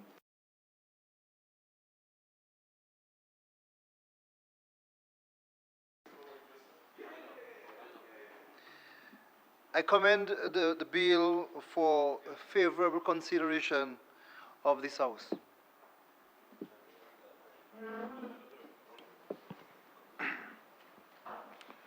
It has been moved and seconded that the bill shortly entitled Banking Amendment Act 2020 be read a second time. Those in favor? Aye.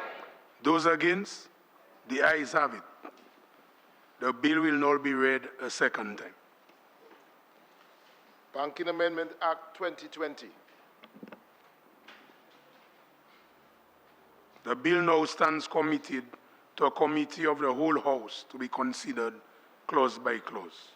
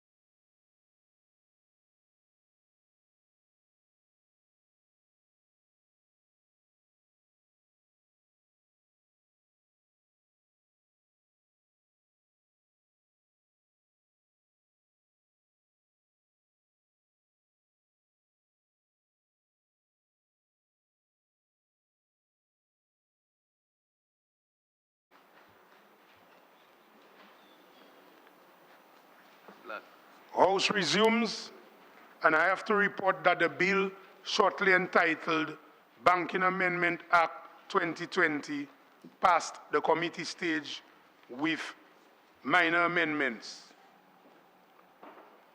The question that the report of the committee on the bill be adopted.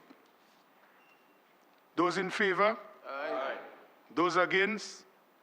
The ayes have it. Mr. Speaker, I move that the bill shortly entitled Banking Amendment Act 2020 be read a third time and passed. Seconded, Mr. Speaker. It has been moved and seconded that the bill shortly entitled Banking Amendment Act 2020 be read a third time and pass. Those in favor? Aye. Those against? The ayes have it. Banking Amendment Act 2020. The bill has been read a third time and passed accordingly.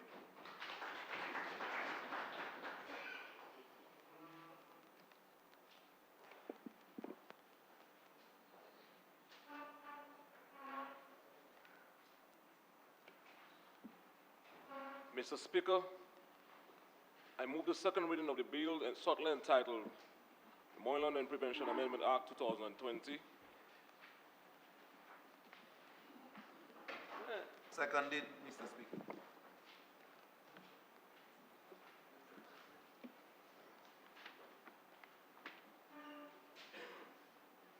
Mr. Speaker, the government of the Commonwealth of Dominica prides itself of being progressive, proactive, and modern thinking. One of the most important goals of this Labour Party administration is to ensure a peaceful and safe Dominica. This aligns with the National Resilience Development Strategy of 2030 in several key areas, Mr. Speaker, especially the creation of safer communities, the creation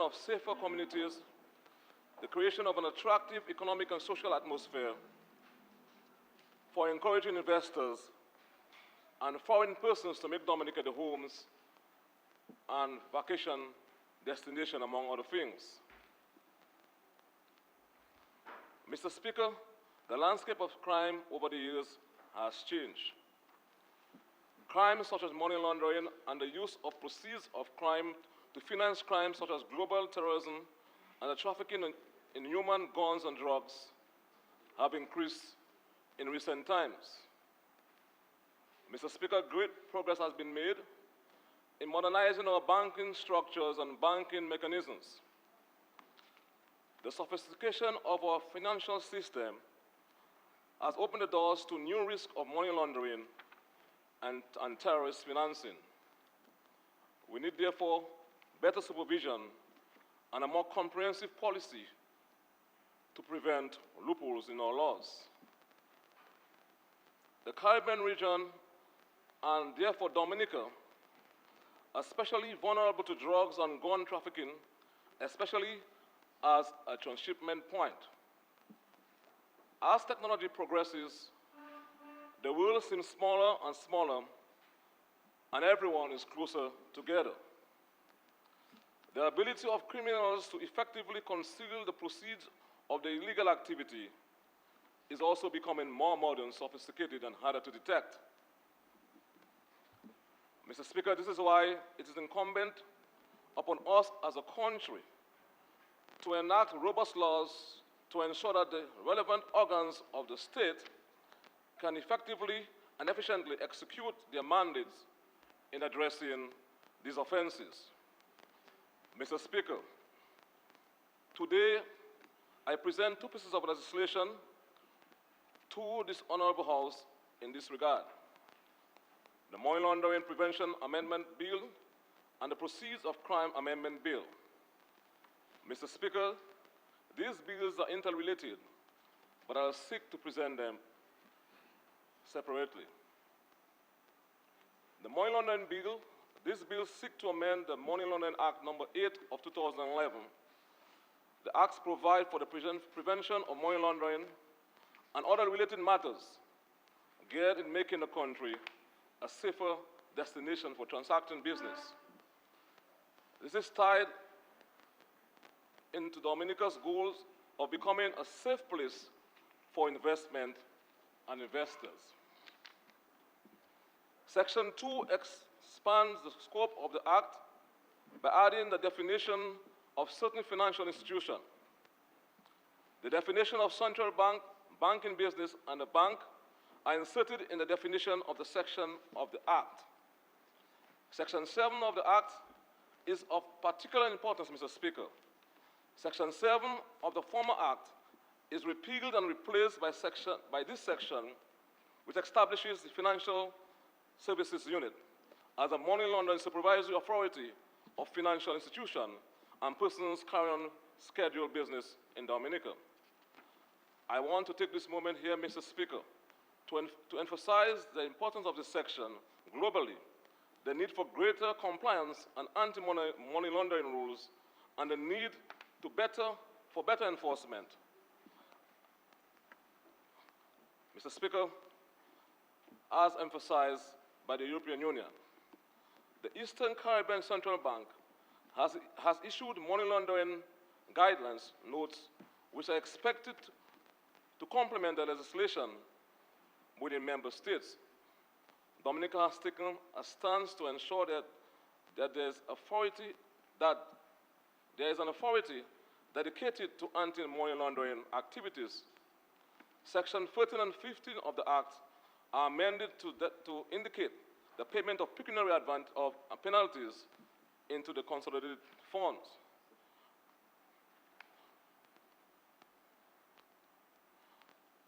Mr. Speaker, a new section 15 is included in this amendment. This new section is to be inserted immediately after section 15. According to the sections, section 8, 9, 10, and 11, and 13 apply with similar effect to the Banking Supervisory Authority in relation to banks and reference financial institutions and persons carrying on scheduled business is to be construed as reference to the banks. A new section 15 redefines the term financial institution to mean a bank or any person whose regular occupation or business is the carrying on of any activities listed in Part 1 of the schedule. The schedule is also amended by this legislation, Mr. Speaker. This amendment shows the responsiveness of this government to the ever-changing global and regional local crime situations, Mr. Speaker. I therefore, Mr. Speaker, commend this bill to this honorable House.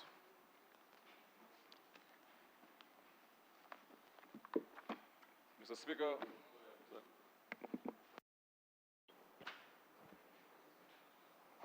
the bill is before the House for the debate.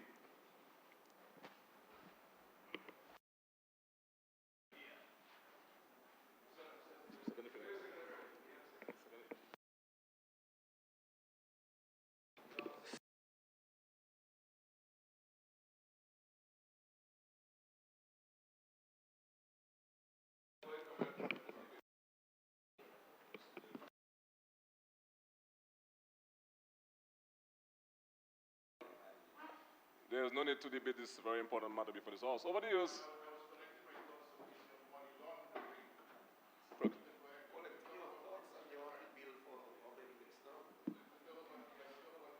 Mr. Speaker, the leader of the opposition has made some progress thus far, and I hope that we can keep this wonderful spirit going forward as we debate matters of national importance to this country, Mr. Speaker. Over the years, this administration has passed tremendous pieces of legislation to combat money laundering. And I want to take this opportunity, Mr. Speaker, to already commend the staff members of the Financial Investigation Unit, FIU, and they have done a splendid job over the years. For matter of fact, the FIU in Dominica has been rated by the US and many other international organizations as one of the best in the Caribbean. And I want to commend them for that, Mr. Speaker. And to say further, Mr. Speaker, that, that thus far we have in a special account, as afforded by law, the forfeiture account, well over $2.9 million. And that will be, Mr. Speaker, reinjected into actually fighting crime and making the FIU and the police department more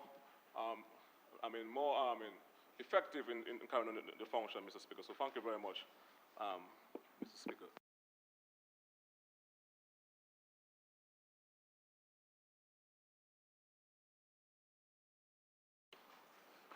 It has been moved and seconded that the bill shortly entitled Money Laundering Prevention Amendment Act 2020 be read a second time. Those in favor? Aye. Those against? The ayes have it. The bill is now read a second time. Money Laundering Prevention Amendment Act 2020. Or the procedures of crime? Because you didn't. Okay. So let's repeat it. Okay. So hold on, Proceeds Danny. of Crime Amendment Act 2020. Danny, for the record, let me do it over. Yes. Here. Yeah. It has been moved and seconded that the bill shortly entitled Proceeds of Crime Amendment Act 2020 be read a second time. Those in favor? Aye. Those against? The ayes have it. The bill will not be read a second time. Okay. I want to just we just read the money laundering prevention. What happened is that there was a mistake which I brought to the attention of the clerk earlier on. And one of the pages were actually missing from the document, and it was corrected. So I guess other members don't have that corrected page. So we just did the money laundering. So I would ask that we've just strike out what just happened, and we are going back to the money laundering, because that's what I went with. So it has been moved and seconded that the bill shortly entitled Money Laundering Prevention Amendment Act 2020 be read a second time. Those in favor? Aye. Those against? The ayes have it. The bill will now be read a second time. Money Laundering Prevention Amendment Act 2020. The bill now stands committed to a committee of the whole House to be considered clause by clause.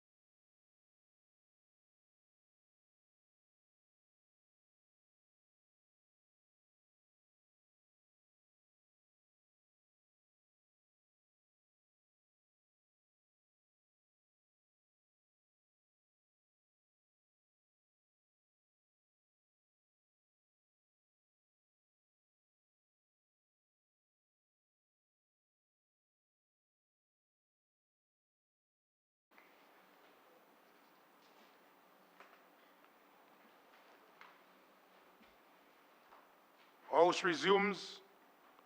I have to report that the bill shortly entitled Money Laundering Prevention Amendment Act 2020 passed the committee stage without amendment. The question is that the report of the committee on the bill be adopted. Those in favor? Aye. Those against? The ayes have it.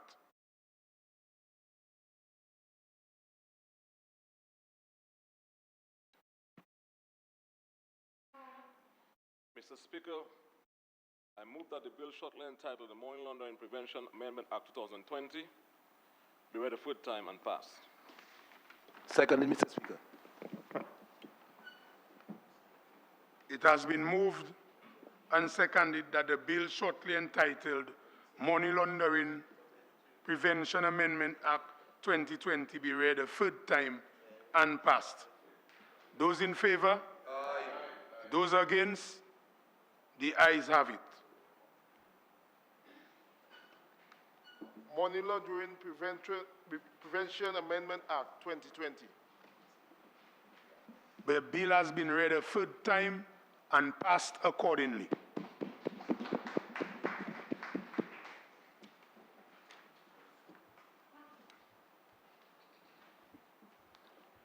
Mr. Speaker, I move that the bill shortly entitled the Proceeds of Crime Amendment Act 2020 be read a second time.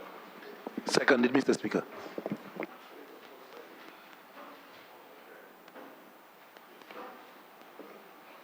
Mr. Speaker, as I said before in my presentation on the amendment of the Money Laundering Act, the intention of this act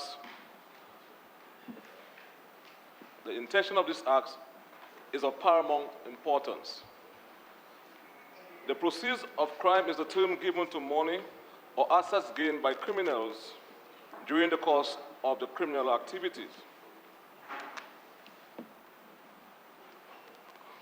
In this instance, Mr. Speaker, it points to the insidious activities surrounding illegal amassing of wealth. Mr. Speaker, it is amassing of an illegal fortune and then attempting to wash it in the guise of legal activities. It usually gives rise to a habit and culture of using these ill-gotten gains to finance more criminal activities and is used to finance illegal lifestyles and activities. Mr. Speaker, in our region, these illegal funds are usually used to purchase illegal firearms, purchase and move drugs, and further the goals of trafficking in illegal firearms, substance, and even humans, and in general, lends to moral decay and decline in society.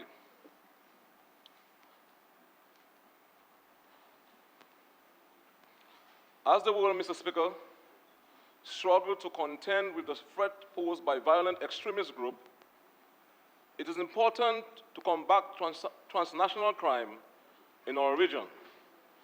Transnational criminal organizations and criminal syndicates operate, Mr. Speaker, sophisticated drug and human trafficking networks and smuggling operations in the region, and therefore contributing to significant increase in violent crime. This is why, Mr. Speaker, this bill cannot be separated from the money laundering bill. This is why, Mr. Speaker, they go hand in hand. Mr. Speaker, the Dominican Labour Party manifesto, we gave the promise to take this country forward, and we have pledged to make Dominica not only a prosperous nation, not only a country that is prosperous economically, but a wholesome country built on solid moral values. Mr. Speaker, the proceeds of crime is the term given to money or assets gained by criminals during the course of their criminal activity. Every action, therefore, that is taken to make it harder for illegally obtained funds to be hidden will also make it harder to use these funds to further financing crimes and criminal behavior. In this bill, Mr. Speaker, changes have been made to Section 2 and 60 of the Proceeds of Crime Act. Of particular note is the changes made in the administrative penalties, Mr. Speaker, collected by the unit of this act within the Money Laundering Prevention Act 2011. The banking authority referred to in this act is the Money Laundering Supervisory Authority established under Section 7.2 of the Money Laundering Prevention Act. And this act and the Money Laundering Act presented here today, Mr. Speaker, is part of the creation of a robust system of laws to arrest this growing increase of money laundering activities to ensure that criminals do not benefit from the proceeds of crime. Mr. Speaker, I therefore commend this bill to this honorable House for debate.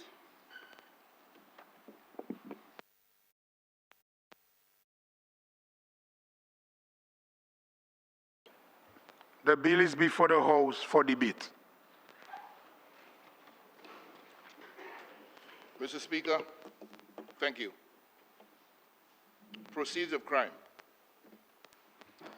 Assets gained by criminals in the course of criminal activity. Assets gained by criminals in the course of criminal activity, which they invariably seek to wash in the guise of legal activity. Mr. Speaker, this particular amendment, the two amendments that we're dealing with here this afternoon, to the money laundering legislation and the proceeds of crime legislation, are particularly important to Dominica, especially under this Labour Party government. There was a decision in the court of Iran late last year where a gentleman by the name of Alireza Monfared was convicted for theft, embezzlement of billions of dollars from the state of Iran. He was jailed for 20 years, and he was ordered to repay the state of Iran 1.3 billion US dollars.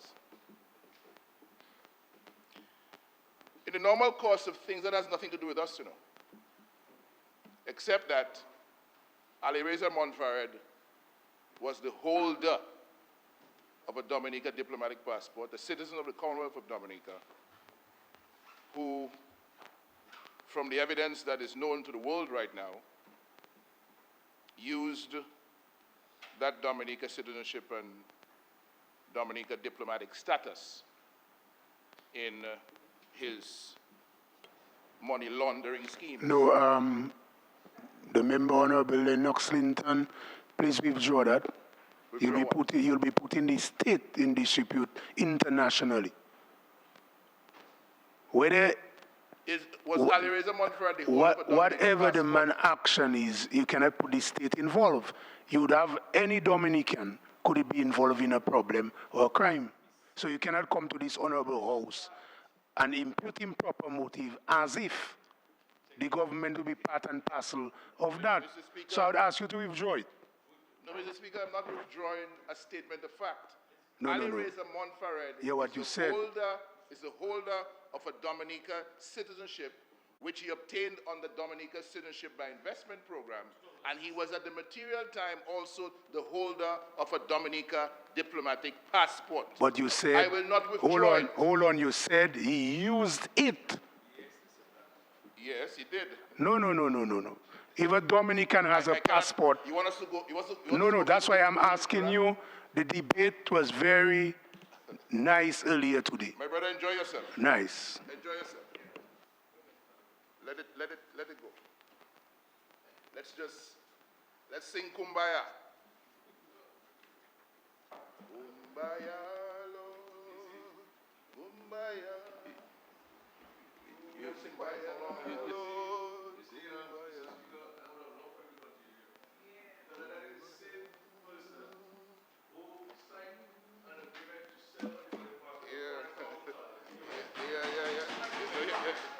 campaign financing. You hear that now? For campaign financing. Mr.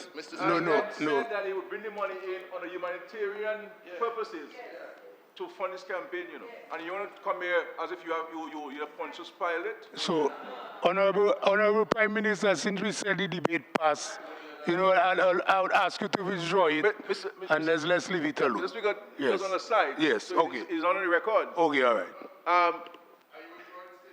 But He said it was aside, his mic wasn't on. I was on my feet. No, he's on his feet. I was on my feet.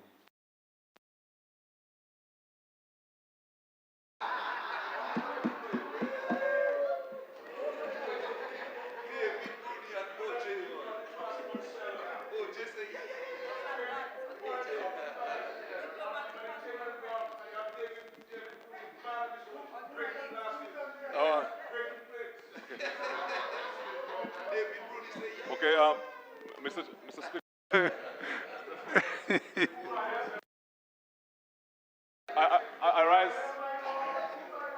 I rise to, Mr. Speaker, I rise to close this debate.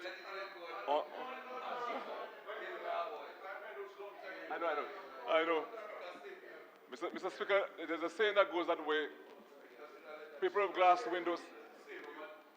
There's a saying, Mr. Speaker, that goes that way. People of glass windows should not throw stones. But, Mr. Speaker, I want to wind up this debate.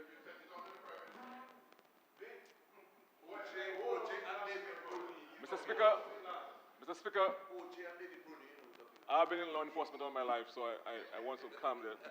Mr. Speaker, I want you to say, Mr. Speaker, that this is a very important measure.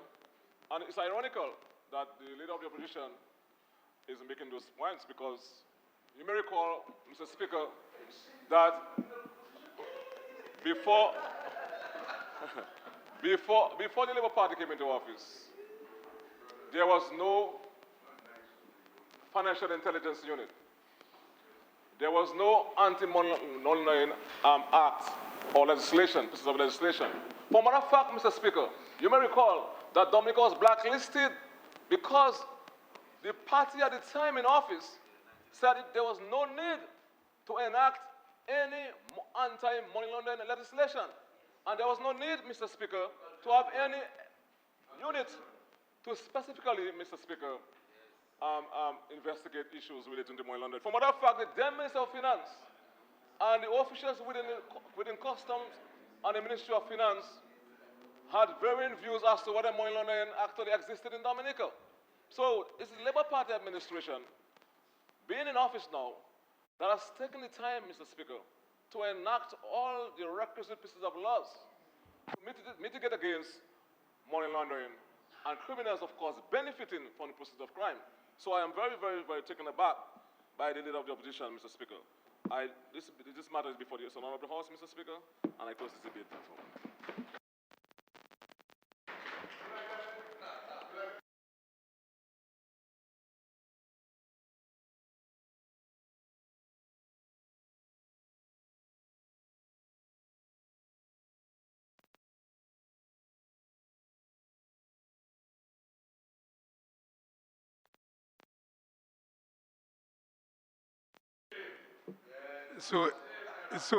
So it has been moved. It has been moved and seconded that.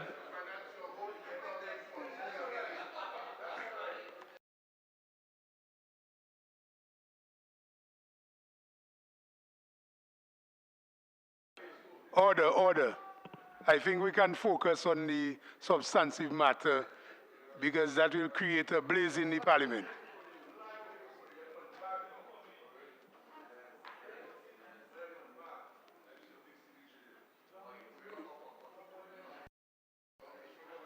So yes, so honorable members, I join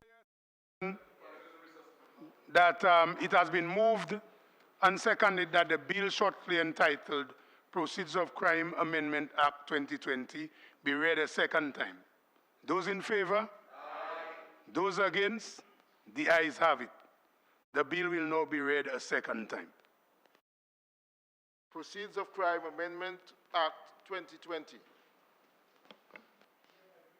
The bill now stands committed to a committee of the whole House to be considered clause by clause.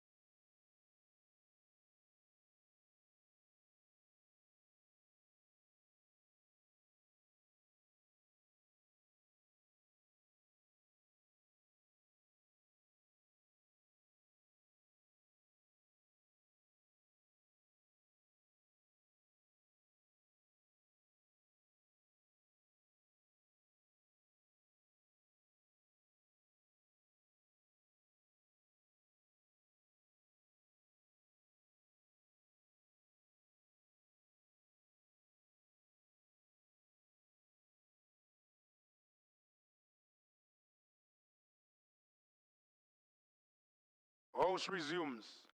I have to report that the bill shortly entitled Proceeds of Crime Amendment Act 2020 passed the committee stage without amendment.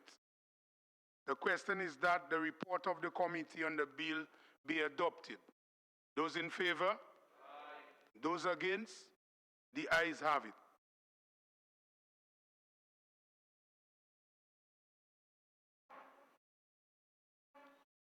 Mr. Speaker, I move that the bill shortly entitled The Proceeds of Crime Amendment Act 2020 be read a third time and pass. Seconded, Mr. Speaker. It has been moved and seconded that the bill shortly entitled Proceeds of Crime Amendment Act 2020 be read a third time and passed. Those in favor? Aye. Those against? The ayes have it. Proceeds of Crime Amendment Act 2020. The bill has been read a third time and passed accordingly.